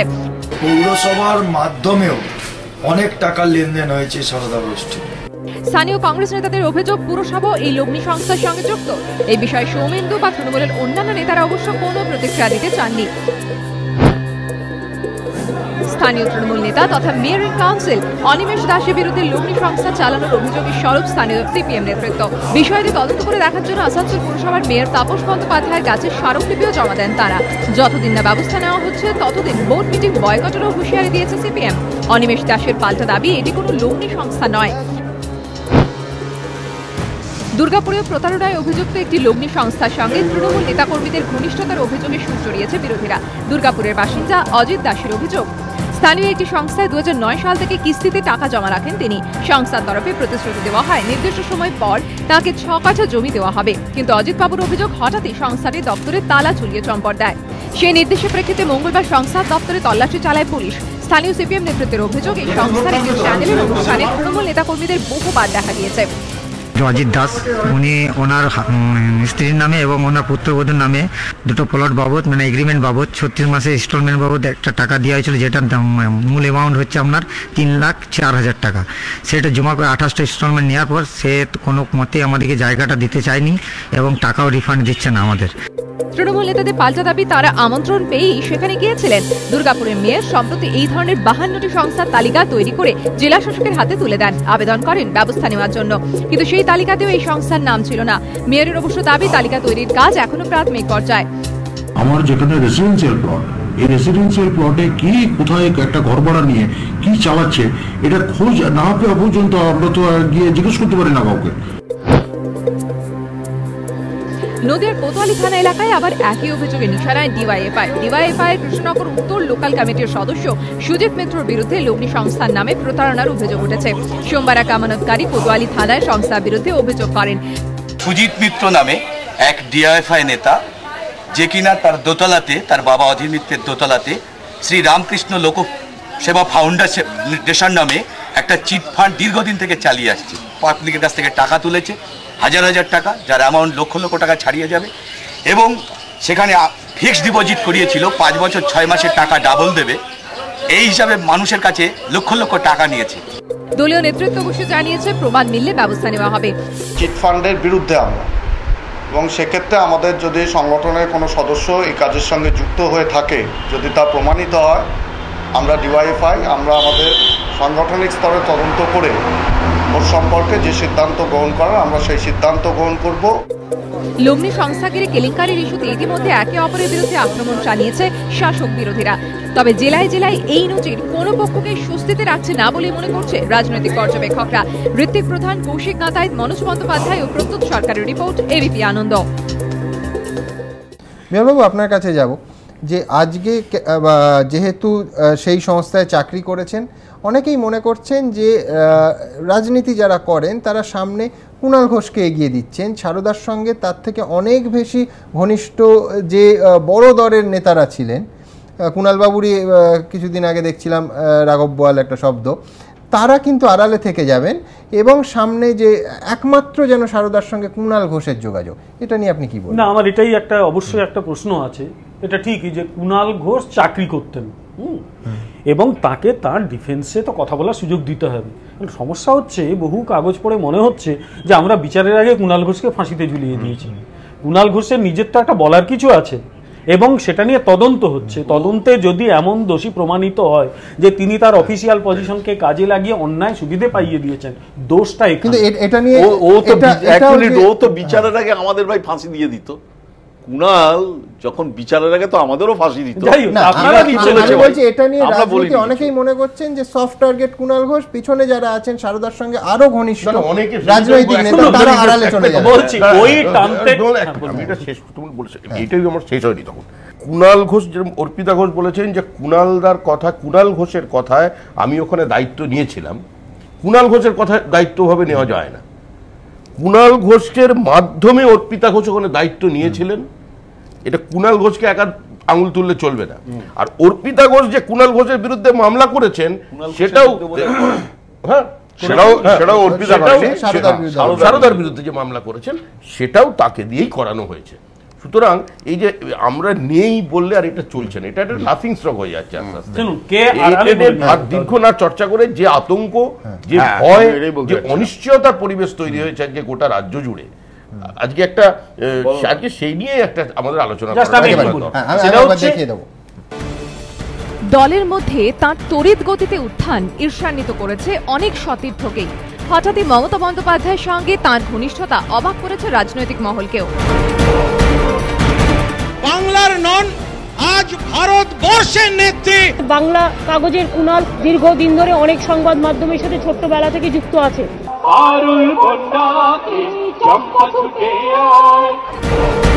2011 সালের 21শে জুলাই ব্রিগেড প্যারেড গ্রাউন্ডে সঞ্চালকের ভূমিকা থেকে শুরু করে তৃণমূলের শীর্ষ সারিতে উঠতে বিন্দুমাত্র সময় নেননি কুণাল ঘোষ। যার জন্য এতক্ষণের অপেক্ষা, বাংলার মুখ্যমন্ত্রী, তৃণমূল কংগ্রেসের সর্বভারতীয় সভানেত্রী, বাংলার মা মাটি মানুষের নয়নের মণি এবং বাংলার নন, আজ ভারতবর্ষের নেত্রী। গোটা ভারত চাইছে তৃণমূল কংগ্রেস আগামী দিন ভারতবর্ষের আম জনতার মানুষের রাজনীতিকে প্রতিধ্বনিত করুক। মমতা বন্দ্যোপাধ্যায়কে চাইছে গোটা ভারতবর্ষ। আমি জাতীয় নেত্রী, ভারতবর্ষের নেত্রী মমতা বন্দ্যোপাধ্যায়ের হাতে মাইক তুলে দিচ্ছি। থ্যাঙ্কস কুণাল। মমতা বন্দ্যোপাধ্যায় বুটবুকে থাকার জন্য সৌজন্যে কুণাল পৌঁছে গিয়েছেন রাজ্যসভায়। আমার ঢেউয়ের টিম কোথায়? আমরা টিম তৈরি করেছি, ঢেউ ঢেউ, এটা আমরা সুন্দরবনে তৈরি করেছি। কোথায় এসো? আয় রে আয়, আয় রে আয়, আয় রে আয়, আয় রে আয়, আরুল বন্যাকে চম্পা ছুটে আয়, ঘুরগিরা সভাকে ঘুমর বেঁধে আয়, আয় রে আয়, আয় রে আয়। দার্জিলিং এ গিয়ে কুণাল ঘোষের চ্যানেলের বিশেষ অনুষ্ঠানে প্রধান অতিথি হিসেবেও উপস্থিত থেকেছেন মুখ্যমন্ত্রী। কুণালের কর্মতৎপরতা মুগ্ধ করেছে মমতাকে। আমার একজন হচ্ছে বাংলা কাগজের কুণাল। কুণাল শুধু একটা কাগজ নয়, ওর নিজে প্রায় 7-8টা কাগজ চালায়, ইংরেজি বাংলা চ্যানেল কাগজ। দীর্ঘদিন ধরে অনেক সংবাদ মাধ্যমের সাথে ছোট্টবেলা থেকে যুক্ত আছে।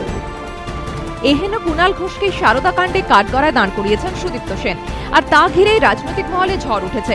অনেকে বলছেন ঝড় উঠেছে তৃণমূলের অন্দরেই। একদা কুণাল ঘোষের সঙ্গে মমতা বন্দ্যোপাধ্যায়ের প্রবল শত্রুতা যারা ঈর্ষার চোখে দেখতেন, তারাই এখন প্রবলভাবে সরব। প্রকাশ্যে স্বীকার না করলেও ঘটনা পরম্পরায় মুখ্যমন্ত্রী যে অসন্তুষ্ট তার ইঙ্গিত মিলেছে। They were not the MP when they walked there. It is not when they became the MP. I included for your information. I think next I cannot include the journalist. একদা দিল্লির রাজনীতিতে তৃণমূলের মুখ হয়ে ওঠা কুণাল ঘোষের সারদা কাণ্ডের তদন্তে বিধাননগর পুলিশ কমিশনারেটে হাজিরা মুখরোচক খবর হয়ে উঠেছে জাতীয় সংবাদ মাধ্যমেও। তৃণমূলের একাংশ অবিলম্বে কুণাল ঘোষকে ছেড়ে কলঙ্ক মোচনের দাবি তুলছেন। যা ক্রমেই জোরালো হচ্ছে। কিন্তু রাজনৈতিক মহলে এই প্রশ্ন উঠেছে, শুধু কুণাল ঘোষকে শাস্তির আড়ালে রাজনীতির রাঘব বোয়ালরা পার পেয়ে যাবে না তো? এবিপি আনন্দ। আমি দেবাশিস বাবুর কাছে যাব। দেবাশিস বাবু, হ্যাঁ হ্যাঁ, সেটা হচ্ছে যে আসলে যেটা দরকার আছে এই মুহূর্তে আমাদের করার দরকার উচিতটা কি, এই নিয়ে প্রচুর তর্ক বিতর্ক চলছে, কিন্তু যেটা দরকার দুটো জায়গা থেকে। এক, পুরো ইকোনমি থেকে বহু হাজার কোটি টাকাটা উবে গেছে এবং এটা ইকোনমির ওপর এফেক্ট করবে, কিভাবে সামলাবো এটা ভাবা উচিত। দুই, এই ঘটনার পরে রাজনীতিবিদদের সম্পর্কে মানুষের যে ভাবনা চিন্তা, এটা মনে রাখবেন, যেখানে রাজনীতিবিদদের সম্পর্কে মানুষের বাম ডান মধ্য সকলের সম্পর্কে ধারণা খারাপ, সকলের সম্পর্কে মানুষের ধারণা খারাপ হচ্ছে, এটাকে কি করে ফিরিয়ে আনা যায়। আমার সবচেয়ে বাজে লাগে কি জানেন, এই যে দরিদ্র মানুষগুলো যারা সব হারিয়েছে, দোষ ওদেরও, যারা এজেন্ট করেছে তারা লোক করতে গিয়ে মরেছে এবং তারা সবাই ঠকেছে তা নয়, এখন বুক চাপড়াচ্ছে কারণ তারা লোকের কাছ থেকে লক্ষ লক্ষ টাকা তুলেছে, মানুষ ঠেঙিয়ে সিধে করে দেবে সেই ভয় পাচ্ছে। এই লোকগুলোকে মাঝখানে রেখে যে রাজনীতিটা শুরু হয়েছে, দুর্ভাগ্যবশত সিপিএমও সেই রাজনীতিটা করছে না, এর সঙ্গে উচিত ছিল এর সঙ্গে যোগ করুন আমি প্লিজ। আমানতকারীদের কথা যখন বলছেন, এই সারদা গোষ্ঠীর অধীনস্থ যে এত সংবাদ মাধ্যম, সেই লোকগুলো সাংবাদিক অসাংবাদিক, সেই সংসারগুলো 3 মাস বেতন পায়নি, সেই আজকে রাস্তায় নেমেছে। মনে রাখবেন একটি চ্যানেল, সেই চ্যানেলটি বন্ধ হয়ে গিয়েছিল, তারা আমাকে কয়েকদিন আগে ফোন করেছিল যে আমরা হয়তো একটা অনুষ্ঠান করব আমাদের চ্যানেলকে বাঁচানোর জন্য, আপনি তো একাধিকবার এসেছেন, আপনি একবার আসবেন, আমরা যখন ডাকবে তখন যাব। অর্থাৎ এই মানুষগুলোর পাশে যে দাঁড়ানো, সেটা কিন্তু দরকার, রাজনীতি করার নয়। সিপিএম ক্ষমতায় ফিরতে পারে, গণতান্ত্রিক ভাবে ফিরুক, কিন্তু যেভাবে মানে ব্যক্তিগত কুৎসা চলছে, অর্থাৎ তৃণমূলে কেউ কেউ পেরোলে আছে, আজকে উনি বলবেন, উনি কিন্তু একটা প্রমাণ দিতে পারেননি। এগুলো এটা আবার কি বলছে, ইট মাস্ট বি স্বীকারও করেছে, কি বলছেন, এটা কিন্তু স্টপ করতে হবে। কি করে স্টপ? তাহলে আমার প্রশ্ন, কুণাল ঘোষ 16 লক্ষ টাকা কেউ নিকেট করেছে, চাকরি করেছে, ওনার তো যুক্তি আছে। 16 লক্ষ টাকা তো আপনি হতেই পারে। অর্পিতা ঘোষ 1.5 লক্ষ টাকা সাংবাদিক প্রধান, উনি তো লিগ্যালি একটা অ্যাপয়েন্টমেন্ট লেটার আছে, উনি থাকতে পারে, কিন্তু আপনি সেটাকে ব্যাখ্যা করছেন কতটা, আপনি সেটাকে তোলা বলে ব্যাখ্যা করছেন না, এটাও কি আপনি ব্যাখ্যা করতে না পারলে কিন্তু লোকে বলবে আপনি রাজনীতি করছেন। না না না না না না না, কথাটা শুনুন, কথা না না না না না, সহজটা না, রাজনীতিবিদদের সম্পর্কে মানুষের ভাবনাটা কি জানেন? রাজনীতি অনেক রাজনীতিবিদ তারা হচ্ছেন পার্টির হোল টাইমার, তাদের জামা কাপড় দেখে আমাদের প্রশ্ন হয় যে ওই জামা কাপড় তো পরার সাহস আমি পাই না। সুতরাং এই প্রশ্নগুলো আসছে, এই কথার পরে আপনাদের সম্পর্কে মানুষের যা চিন্তা ভাবনা হচ্ছে, এটা তো বাম ডান সকলে, আপনারাও বাইরে নন, এটাকে থেকে বাঁচানোর জন্য অনেক রাস্তা খুঁজতে হবে, আপনাদের অনেক রাস্তা খুঁজতে হবে। সব রাজনীতিবিদ মানে মমতা ব্যানার্জিও ইনক্লুডেড। আরে সব রাজনীতিবিদ, আমি কাউকে বাকি রাখিনি, সব রাজনীতিবিদ। আপনি বাকি রাখতে পারেন, অবস্থা খুব খারাপ হচ্ছে আপনাদের সম্পর্কে। একটা ব্র্যান্ড আলাদা, সমাজে এইটা আপনি বুঝতে পারেন না, লেফট আলাদা নয়, আরে এটা আপনি লেফট গদ্দালিকা প্রবাহের এই গদ্দালি সময় বাকি, এটা আপনাকে বুঝতে বলছি না। আমানতকারীদের কথা এলো, পড়েও না এই 2 বছরের মধ্যে 16 লক্ষ টাকা মাইনে এমপি, এ কোথাও কোনো রেফারেন্স পাবেন না, ছেড়ে দেন না, আপনার সঙ্গে না মিলতে পারে, বেশি সময় বাকি নেই। আমানতকারীদের কথা হলো, যারা অসহায় অবস্থার মধ্যে দিন কাটাচ্ছেন, মরণাপন্ন ক্যান্সার রোগী, ক্যান্সার রোগাক্রান্ত, টাকা রেখেছিলেন সারদায়, কি অবস্থা তার সেই চিত্র আমরা তুলে ধরেছি। আর যেখানে সিগারেট খেয়ে ফান্ড ভরার কথা হচ্ছে, সেই নিয়ে প্রতিক্রিয়া হয়েছে সব মহলে।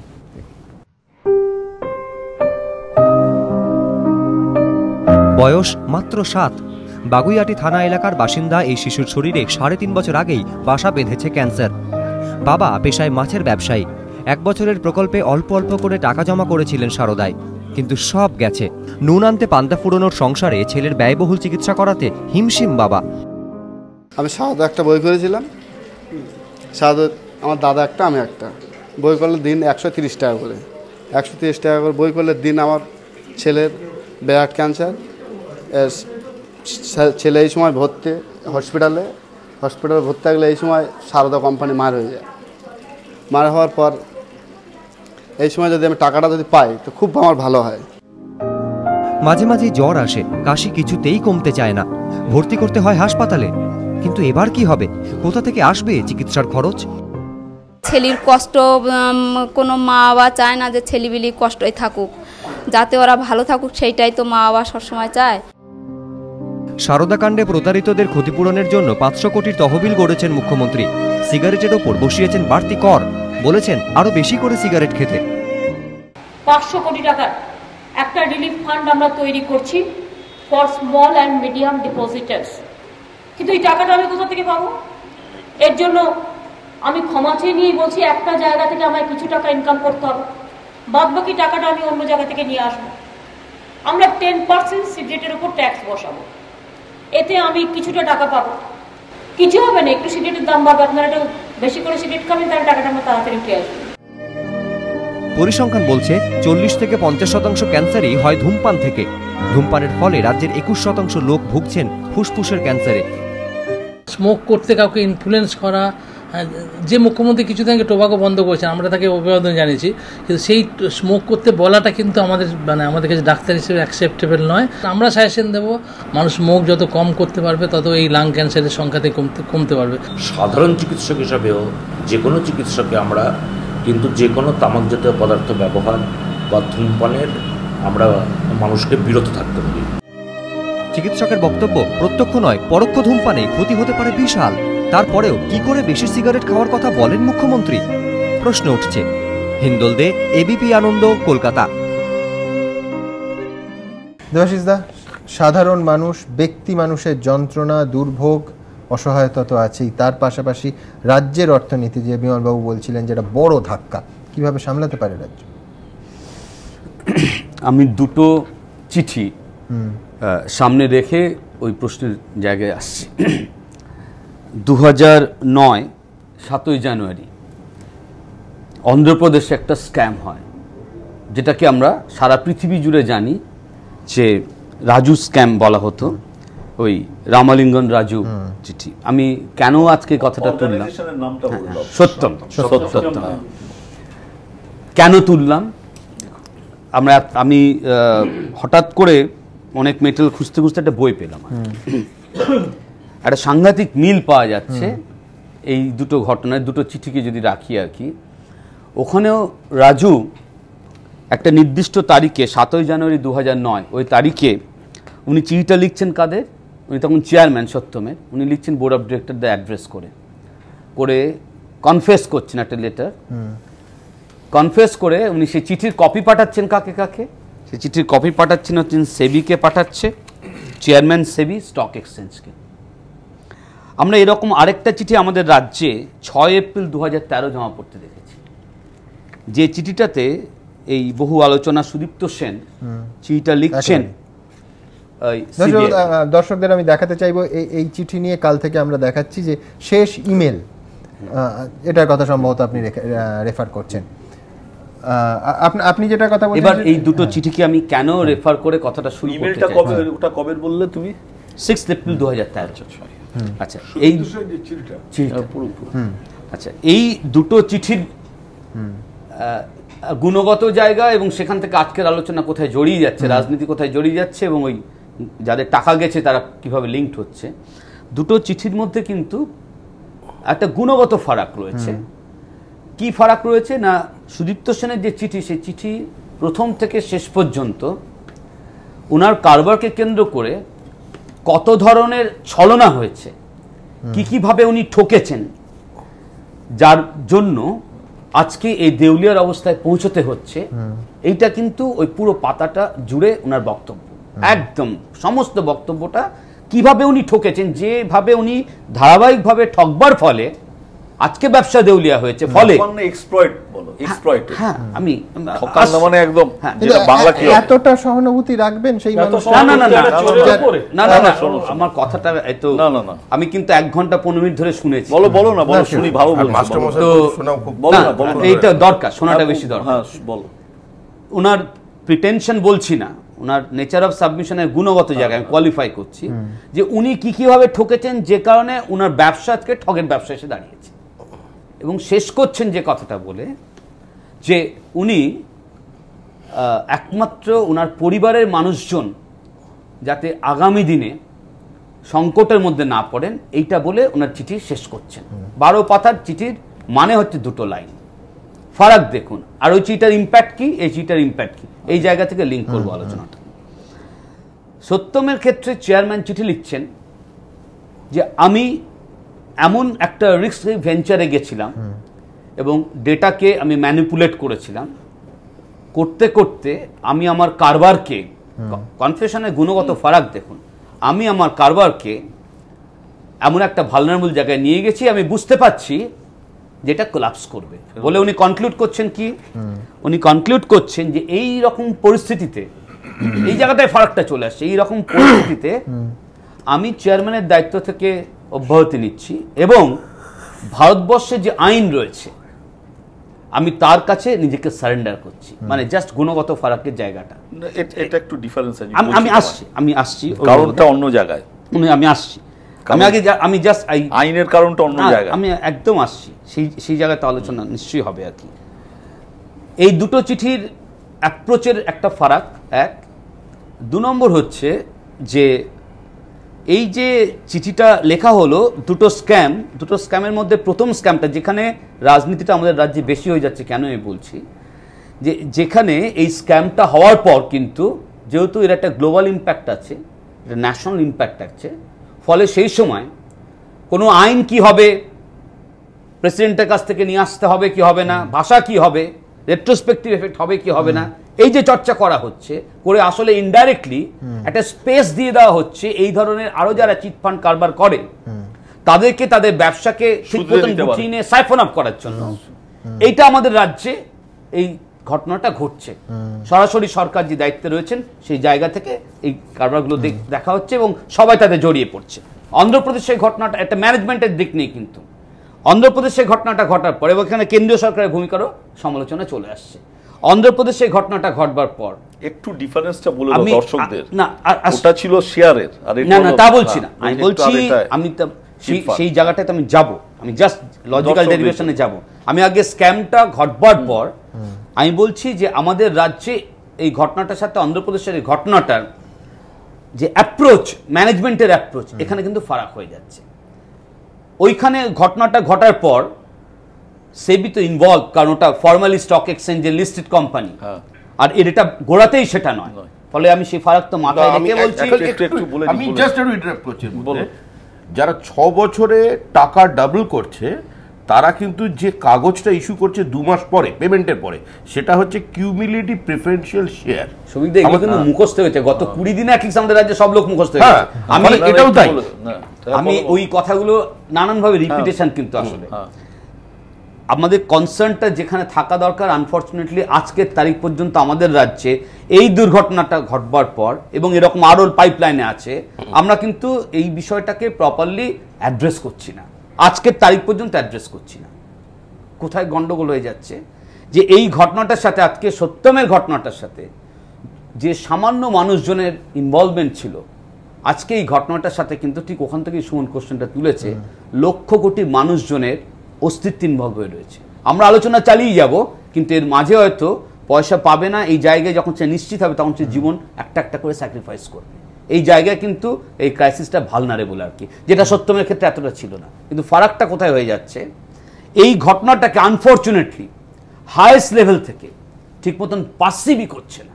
কখনো মনে হচ্ছে এটা যা হয়েছে, যা গেছে তা গেছে, কখনো মনে হচ্ছে gravity of the crisis unfortunately highest level থেকে পারসিভ করতে পারছে না। কেন?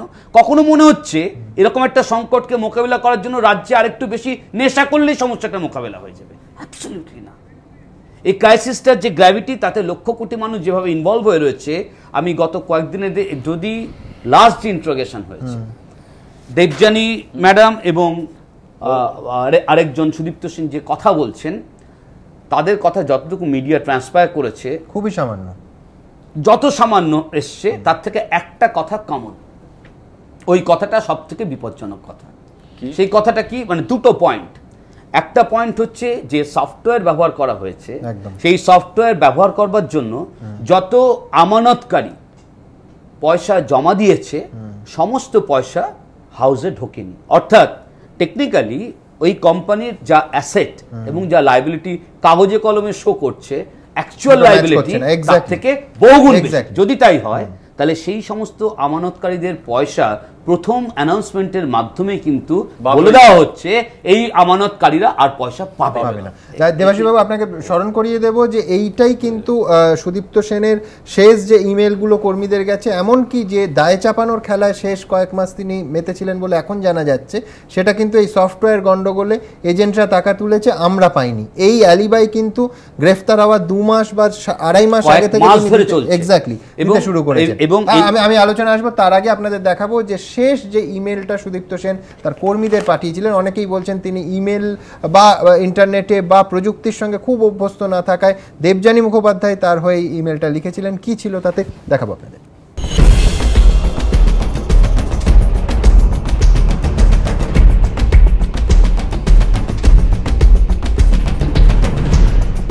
হঠাৎ আকাশ ভেঙে পড়েছিল এমনটা নয়।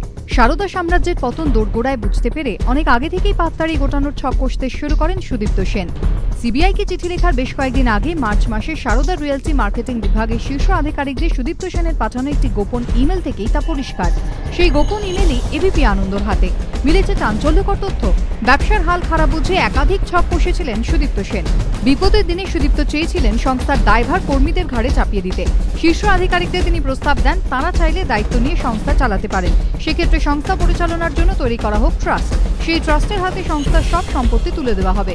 একই সঙ্গে সংস্থার দায়ভারও তাকেই বইতে হবে, কিন্তু তিনি নিজের ট্রাস্টে থাকবেন না। সুদীপ্তর দ্বিতীয় প্রস্তাব ছিল, কর্মীরা যদি তাকে কর্ণধার পদেই বহাল রাখতে চান, সেক্ষেত্রে আমানতকারীদের টাকা ফেরত দেওয়ার জন্য তাকে 6 মাস থেকে 1 বছর সময় দিতে হবে। কিন্তু পদে থাকলেও কোনো ব্রাঞ্চের দায়িত্ব তিনি নেবেন না, অন্য ব্যবসার মাধ্যমে টাকা তোলার চেষ্টা করবেন। সুদীপ্ত সেনের তৃতীয় প্রস্তাব, পলিসির অটো রিবুকিং এর জন্য আমানতকারীদের রাজি করানো, অর্থাৎ পলিসির মেয়াদকাল শেষ হওয়ার পরে ফের যাতে আমানতকারীরা বিনিয়োগ করেন তার ব্যবস্থা করা। সেক্ষেত্রে আরও কয়েক মাস সময় মিলবে।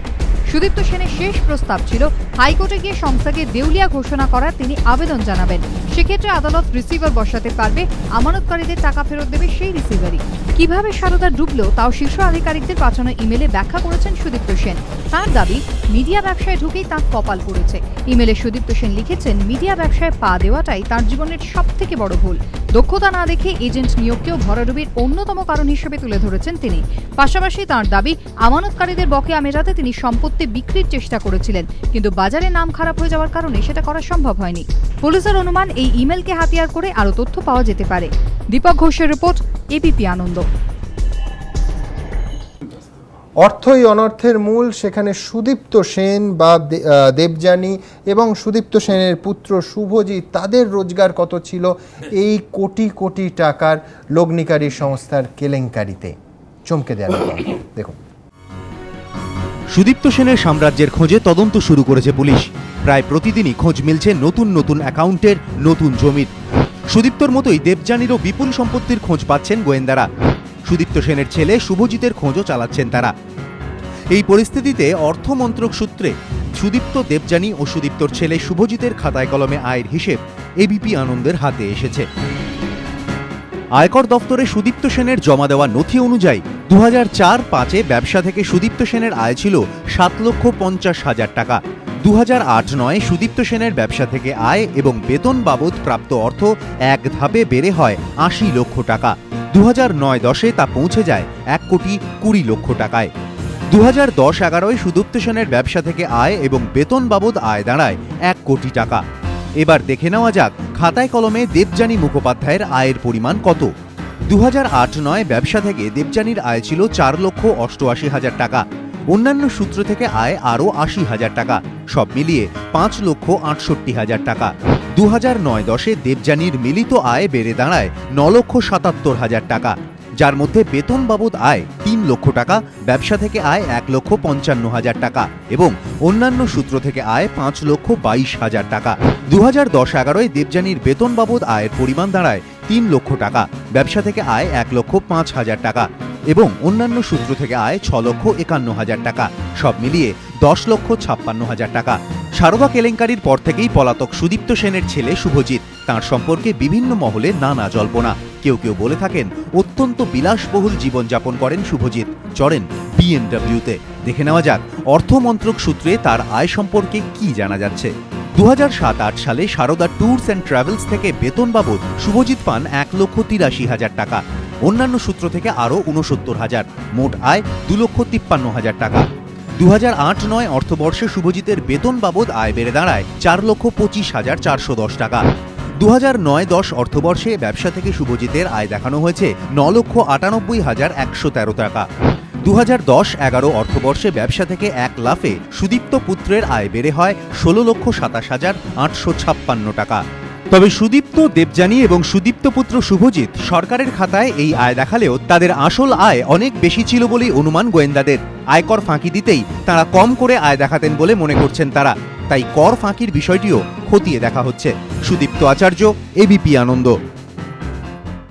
অঙ্কটা চমকে দেওয়ার মতো বললাম, তার কারণ আপনাদের যে অঙ্কে দেখালাম আয়কর বিভাগের অঙ্ক, আয়কর রিটার্নের দিক থেকে, সেখানে দেবযানী মুখোপাধ্যায় এবং সুদীপ্ত সেন দুজনের অঙ্ক যোগ করলেও তার বহু কর্মচারীর থেকে সেই আয়ের কিন্তু অঙ্কে কম। অর্থাৎ কোম্পানির মালিক এবং সর্বময় কর্তৃ তারা কম বেতন পাচ্ছেন কর্মচারীদের থেকে। এই জন্যই বললাম চমকে দেওয়ার মতো অঙ্ক। দেবাশিস বাবু, আমি অল্প সিধা একটু বলো না, কুণাল 2 কোটি টাকা তুলেছে, বলে বছরের রোজগার কত?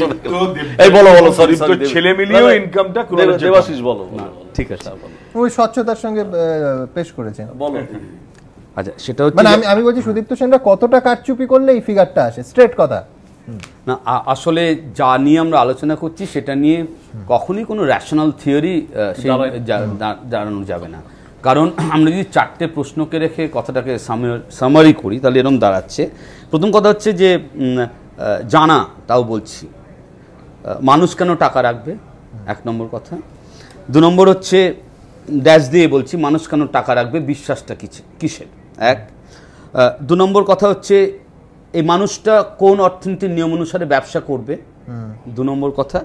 আর 3 নম্বর কথা, এসব হওয়ার পর যখন ঘটনাটা আমাদের সামনে এরকম দাঁড়াচ্ছে তখন রাজ্য সরকার এবং আমাদের কোট আনকোট কি করণীয়, 3টে জায়গা।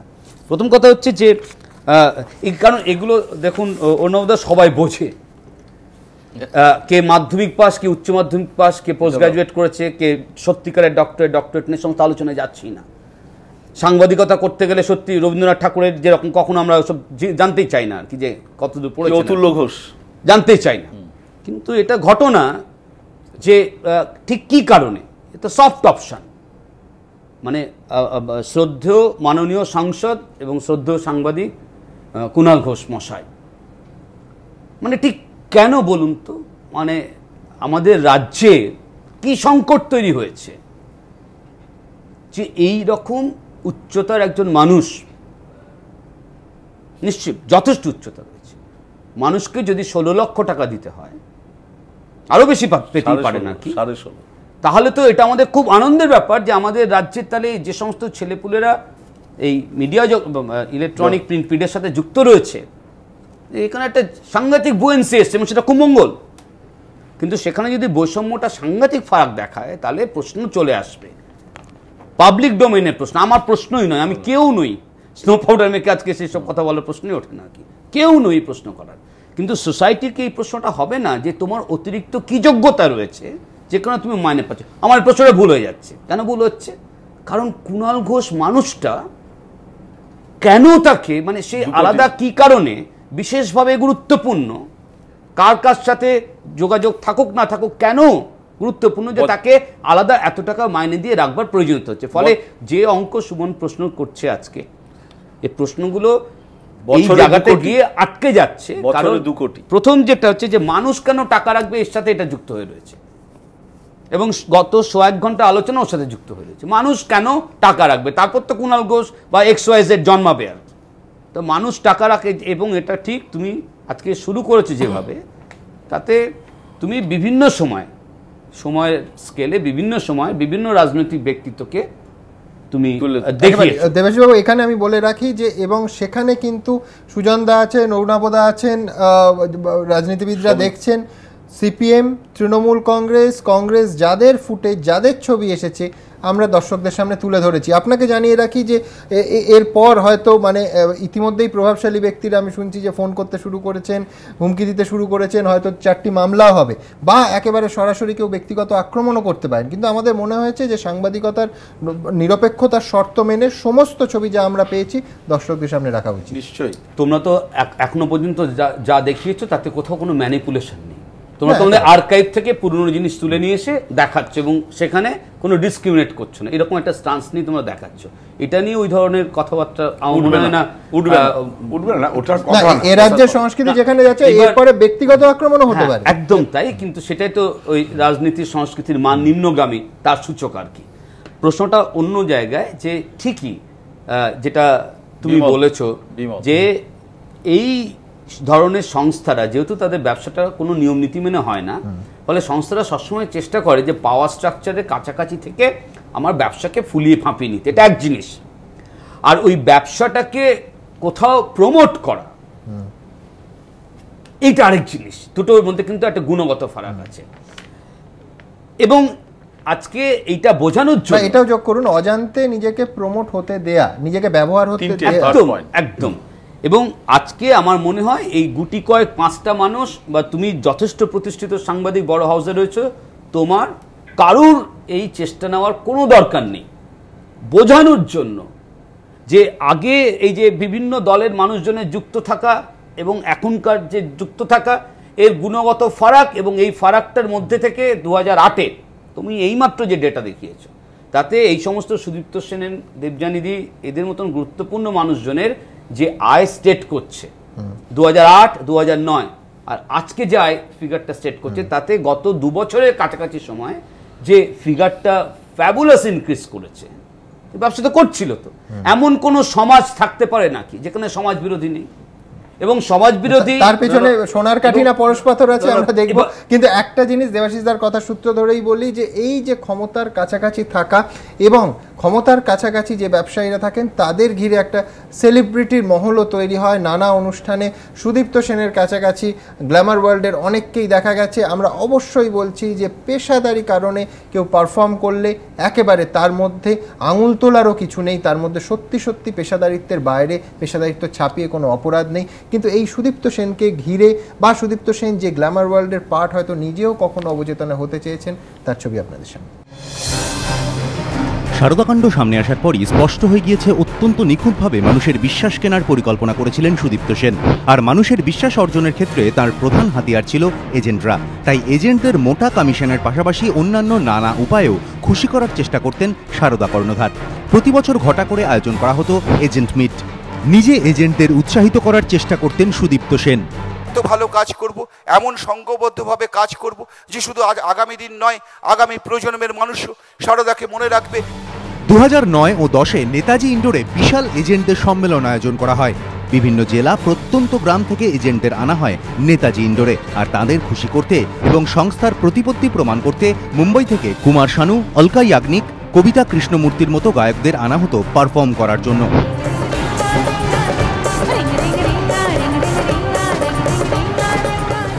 এজেন্ট মিটের এই জলসায় মুম্বইয়ের শিল্পীদের পাশাপাশি রাজ্যের বহু বিখ্যাত শিল্পীকেও দেখা গিয়েছে অংশ নিতে। আর 5টা অনুষ্ঠানের মতোই অর্থের বিনিময়ে শিল্পীরা এই অনুষ্ঠানে অংশ নিলেও তাদের উপস্থিতিকে এজেন্টদের সামনে এমনভাবে তুলে ধরতেন সুদীপ্ত সেনরা, যাতে মনে হতো শারদার ক্রমেই প্রতিপত্তি বাড়ছে এবং আর্থিক শ্রীবৃদ্ধি ঘটছে, যা এজেন্টদের আরও বেশি করে আমানতকারীদের কাছ থেকে টাকা তুলতে উৎসাহিত করত। গোয়েন্দাদের মতে সুদীপ্ত সেন ভালোভাবেই বুঝতে পেরেছিলেন গ্রামীণ এজেন্টদের খুশি করতে তারকাদের তাঁদের সামনে হাজির করার চেয়ে ভালো কিছু হতে পারে না। তাই সেই পথই বেছে নিয়েছিলেন তিনি। নিমাই পান্ডা ও পার্থপ্রতিম ঘোষ, এবিপি আনন্দ। সুদীপ্ত সেনের সঙ্গে একই ব্র্যাকেটে উঠে আসছে আরেকটা নাম, দেবযানী মুখোপাধ্যায়। কিভাবে এই দেবযানী মুখোপাধ্যায়ের উত্থান দেখাবো আপনাদের।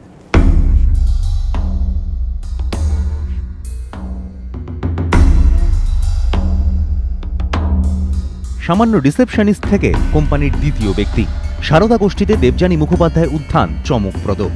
কিন্তু শারদার প্রাক্তন কর্মীদের একাংশ বলছেন এই জায়গায় পৌঁছতে দেবযানীকে কম কাঠখড় পোড়াতে হয়নি, কারণ সুদীপ্ত সেনের মহিলা প্রীতি। নানা সময় নানা মহিলা সুদীপ্ত সেনের কাছাকাছি এসেছেন কিংবা আসার চেষ্টা করেছেন, কিন্তু দেবযানী মাত দিয়েছেন সকলকেই। সুদীপ্তর ধারে কাছে কাউকে ঘেঁষতে দেননি। 2008-এ মাত্র 10,000 টাকা বেতনে শারদায় কাজ শুরু করে 2 বছরের মধ্যে তার বেতন বেড়ে হয়ে গিয়েছিল 1 লক্ষ টাকা। সব অনুষ্ঠানেই সুদীপ্ত সেনের মতোই মধ্যমণি ছিলেন দেবযানীও।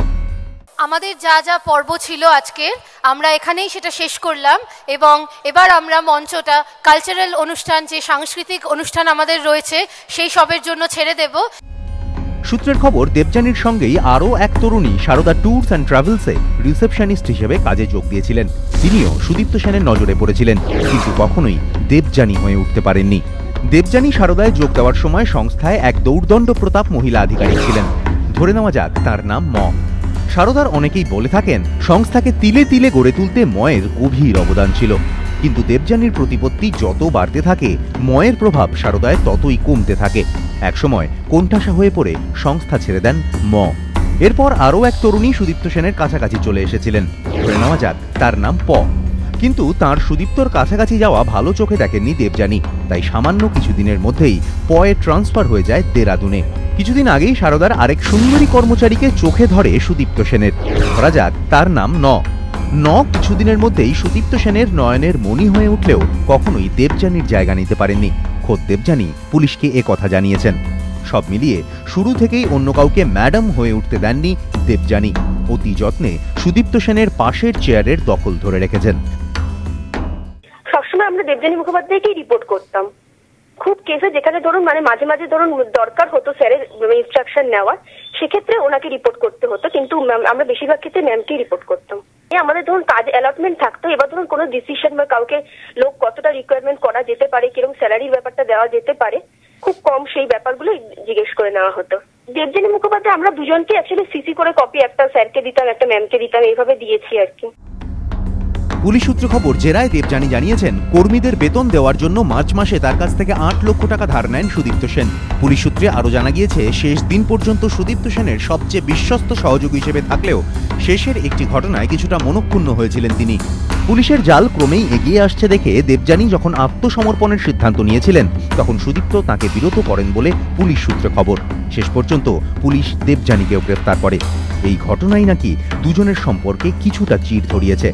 শ্রীঘর যাপন মেনে নিতে পারছেন না দেবযানী, তাই পুলিশের জেরার মুখে কোটি কোটি টাকার লেনদেনের নিখুঁত বিবরণ অবলীলায় বলে দিচ্ছেন তিনি। এবিপি আনন্দ।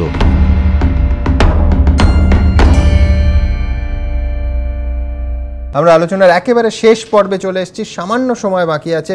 আপনাদের জানিয়ে রাখি যে বারবার আলোচনা প্রসঙ্গে চিট ফান্ড শব্দটা আসছে। সত্যি সত্যি আমাদের রাজ্যে রেজিস্টার হয়েছে সেই চিট ফান্ডের সংখ্যা একটি। এই যে যাবতীয় কেলেঙ্কারি এবং বিতর্কে যেগুলো, সেগুলোকে আমরা লগ্নি সংস্থা বলে বলা ভালো, এমনটাই মনে করছি।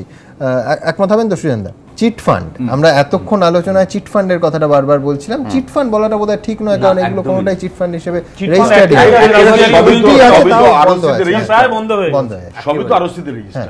আমি যেটা বলছিলাম সুমন, খুব মজার এমনি ইন্টারেস্টিং, আমি খোঁজ করছিলাম। আরবিআই এর একটা স্টাডি টিম আছে, মেইনলি রিসার্চ করারা করে অনেক রকম সূত্র থেকে। 2006-07 first year of the last left front government, পশ্চিমবাংলায় চিটফান্ডে কালেকশন হচ্ছে 349 কোটি টাকা। আমি দেখছিলাম কিভাবে জাম করছে। আমি অনেক বছর আছে সবটা যাচ্ছে না। এখন 2011-12 প্রথম বছরটা ধরছি, 2011-12তে সেইটা বেড়ে হলো 60,700 কোটি টাকা। রাজনৈতিক বদান্যতাটা 9-10টাও বলুন আপনাদের শেষ, 9-10টাও বলছি, আমাদের শেষ বছর বলছি। 9-10 এটা হচ্ছে 17,422। 9-10 মানে পঞ্চায়েত ইলেকশন হয়ে গেছে, বার্তা এসেছে। এটা আরবিআই এর একটা রিসার্চ টিম আছে। লাস্ট 2 বছর ভয়ানক বেড়েছে, ভয়ানক বেড়েছে বলে আছে। এটা কোথাও মানে বেরিয়েছে, তাছাড়া তো সেভিংস, স্মল সেভিংস এর সম্পর্ক রয়েছে, স্মল সেভিংস এবং ড্রাস্টিক্যালি ফল। প্লাস হচ্ছে পার্লামেন্ট ইলেকশন, তাতে লেফট ফ্রন্ট চলে যাচ্ছে, তৃণমূল আসছে এবং চিট ফান্ড বুঝছে যে এটা হচ্ছে সময়। আমরা অনেক আমি যে কথাটা বলে আমি আমার কথা শেষ করছি, সেটা যে দেখুন আমরা অনেক তর্ক বিতর্ক করছি, এটা রাজনৈতিক চাপানুতরের সময় নয়। আমি দেশভাবে ভাবছিলাম যদি লেফট ফ্রন্টের গভর্নমেন্ট হতো, তৃণমূল যদি অপোজিশন থাকতো, কি কেলেঙ্কারিটা পশ্চিমবাংলায় হতো আমাদের ভিজুয়ালাইজ করলে ভয় পাবে। লোকের কাছে এখন জরুরি সমাধান। তাই যদি হয় কোর্ট মনিটর্ড সিবিআই তদন্ত নয় কেন সবাই এ কথাটা বলছে? পুলিশের অফিসারদের ইনভলভমেন্ট দেখছি, তারা মিলে সব তথ্য বার করবে, হতে পারে না।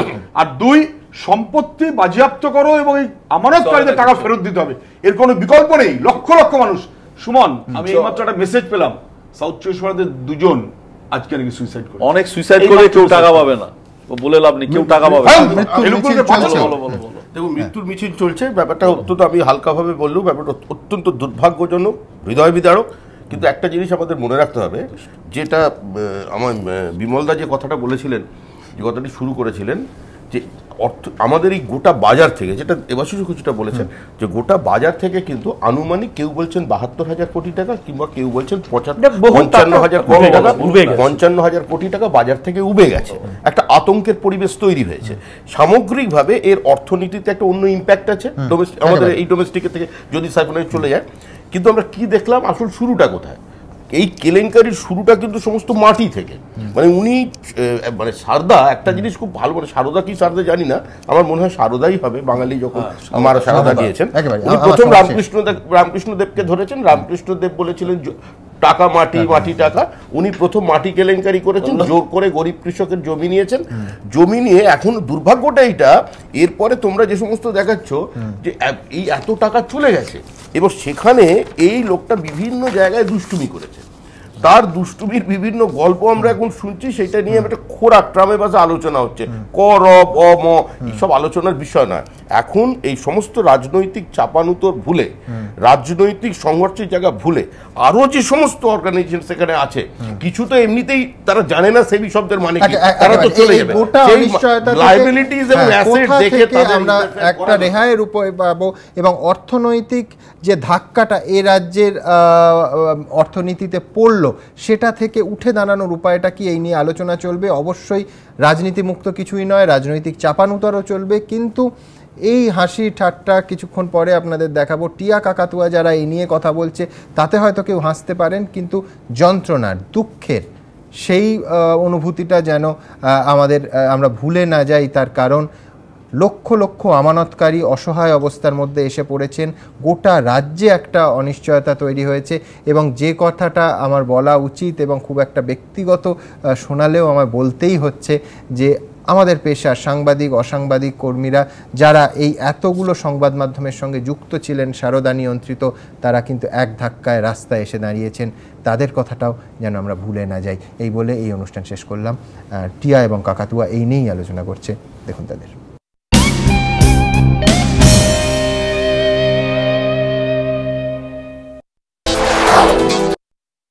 যা গেছে তা গেছে এটা বলে ফেলার পর ড্যামেজ কন্ট্রোল করতে দিদি হলেন যে তৎপর।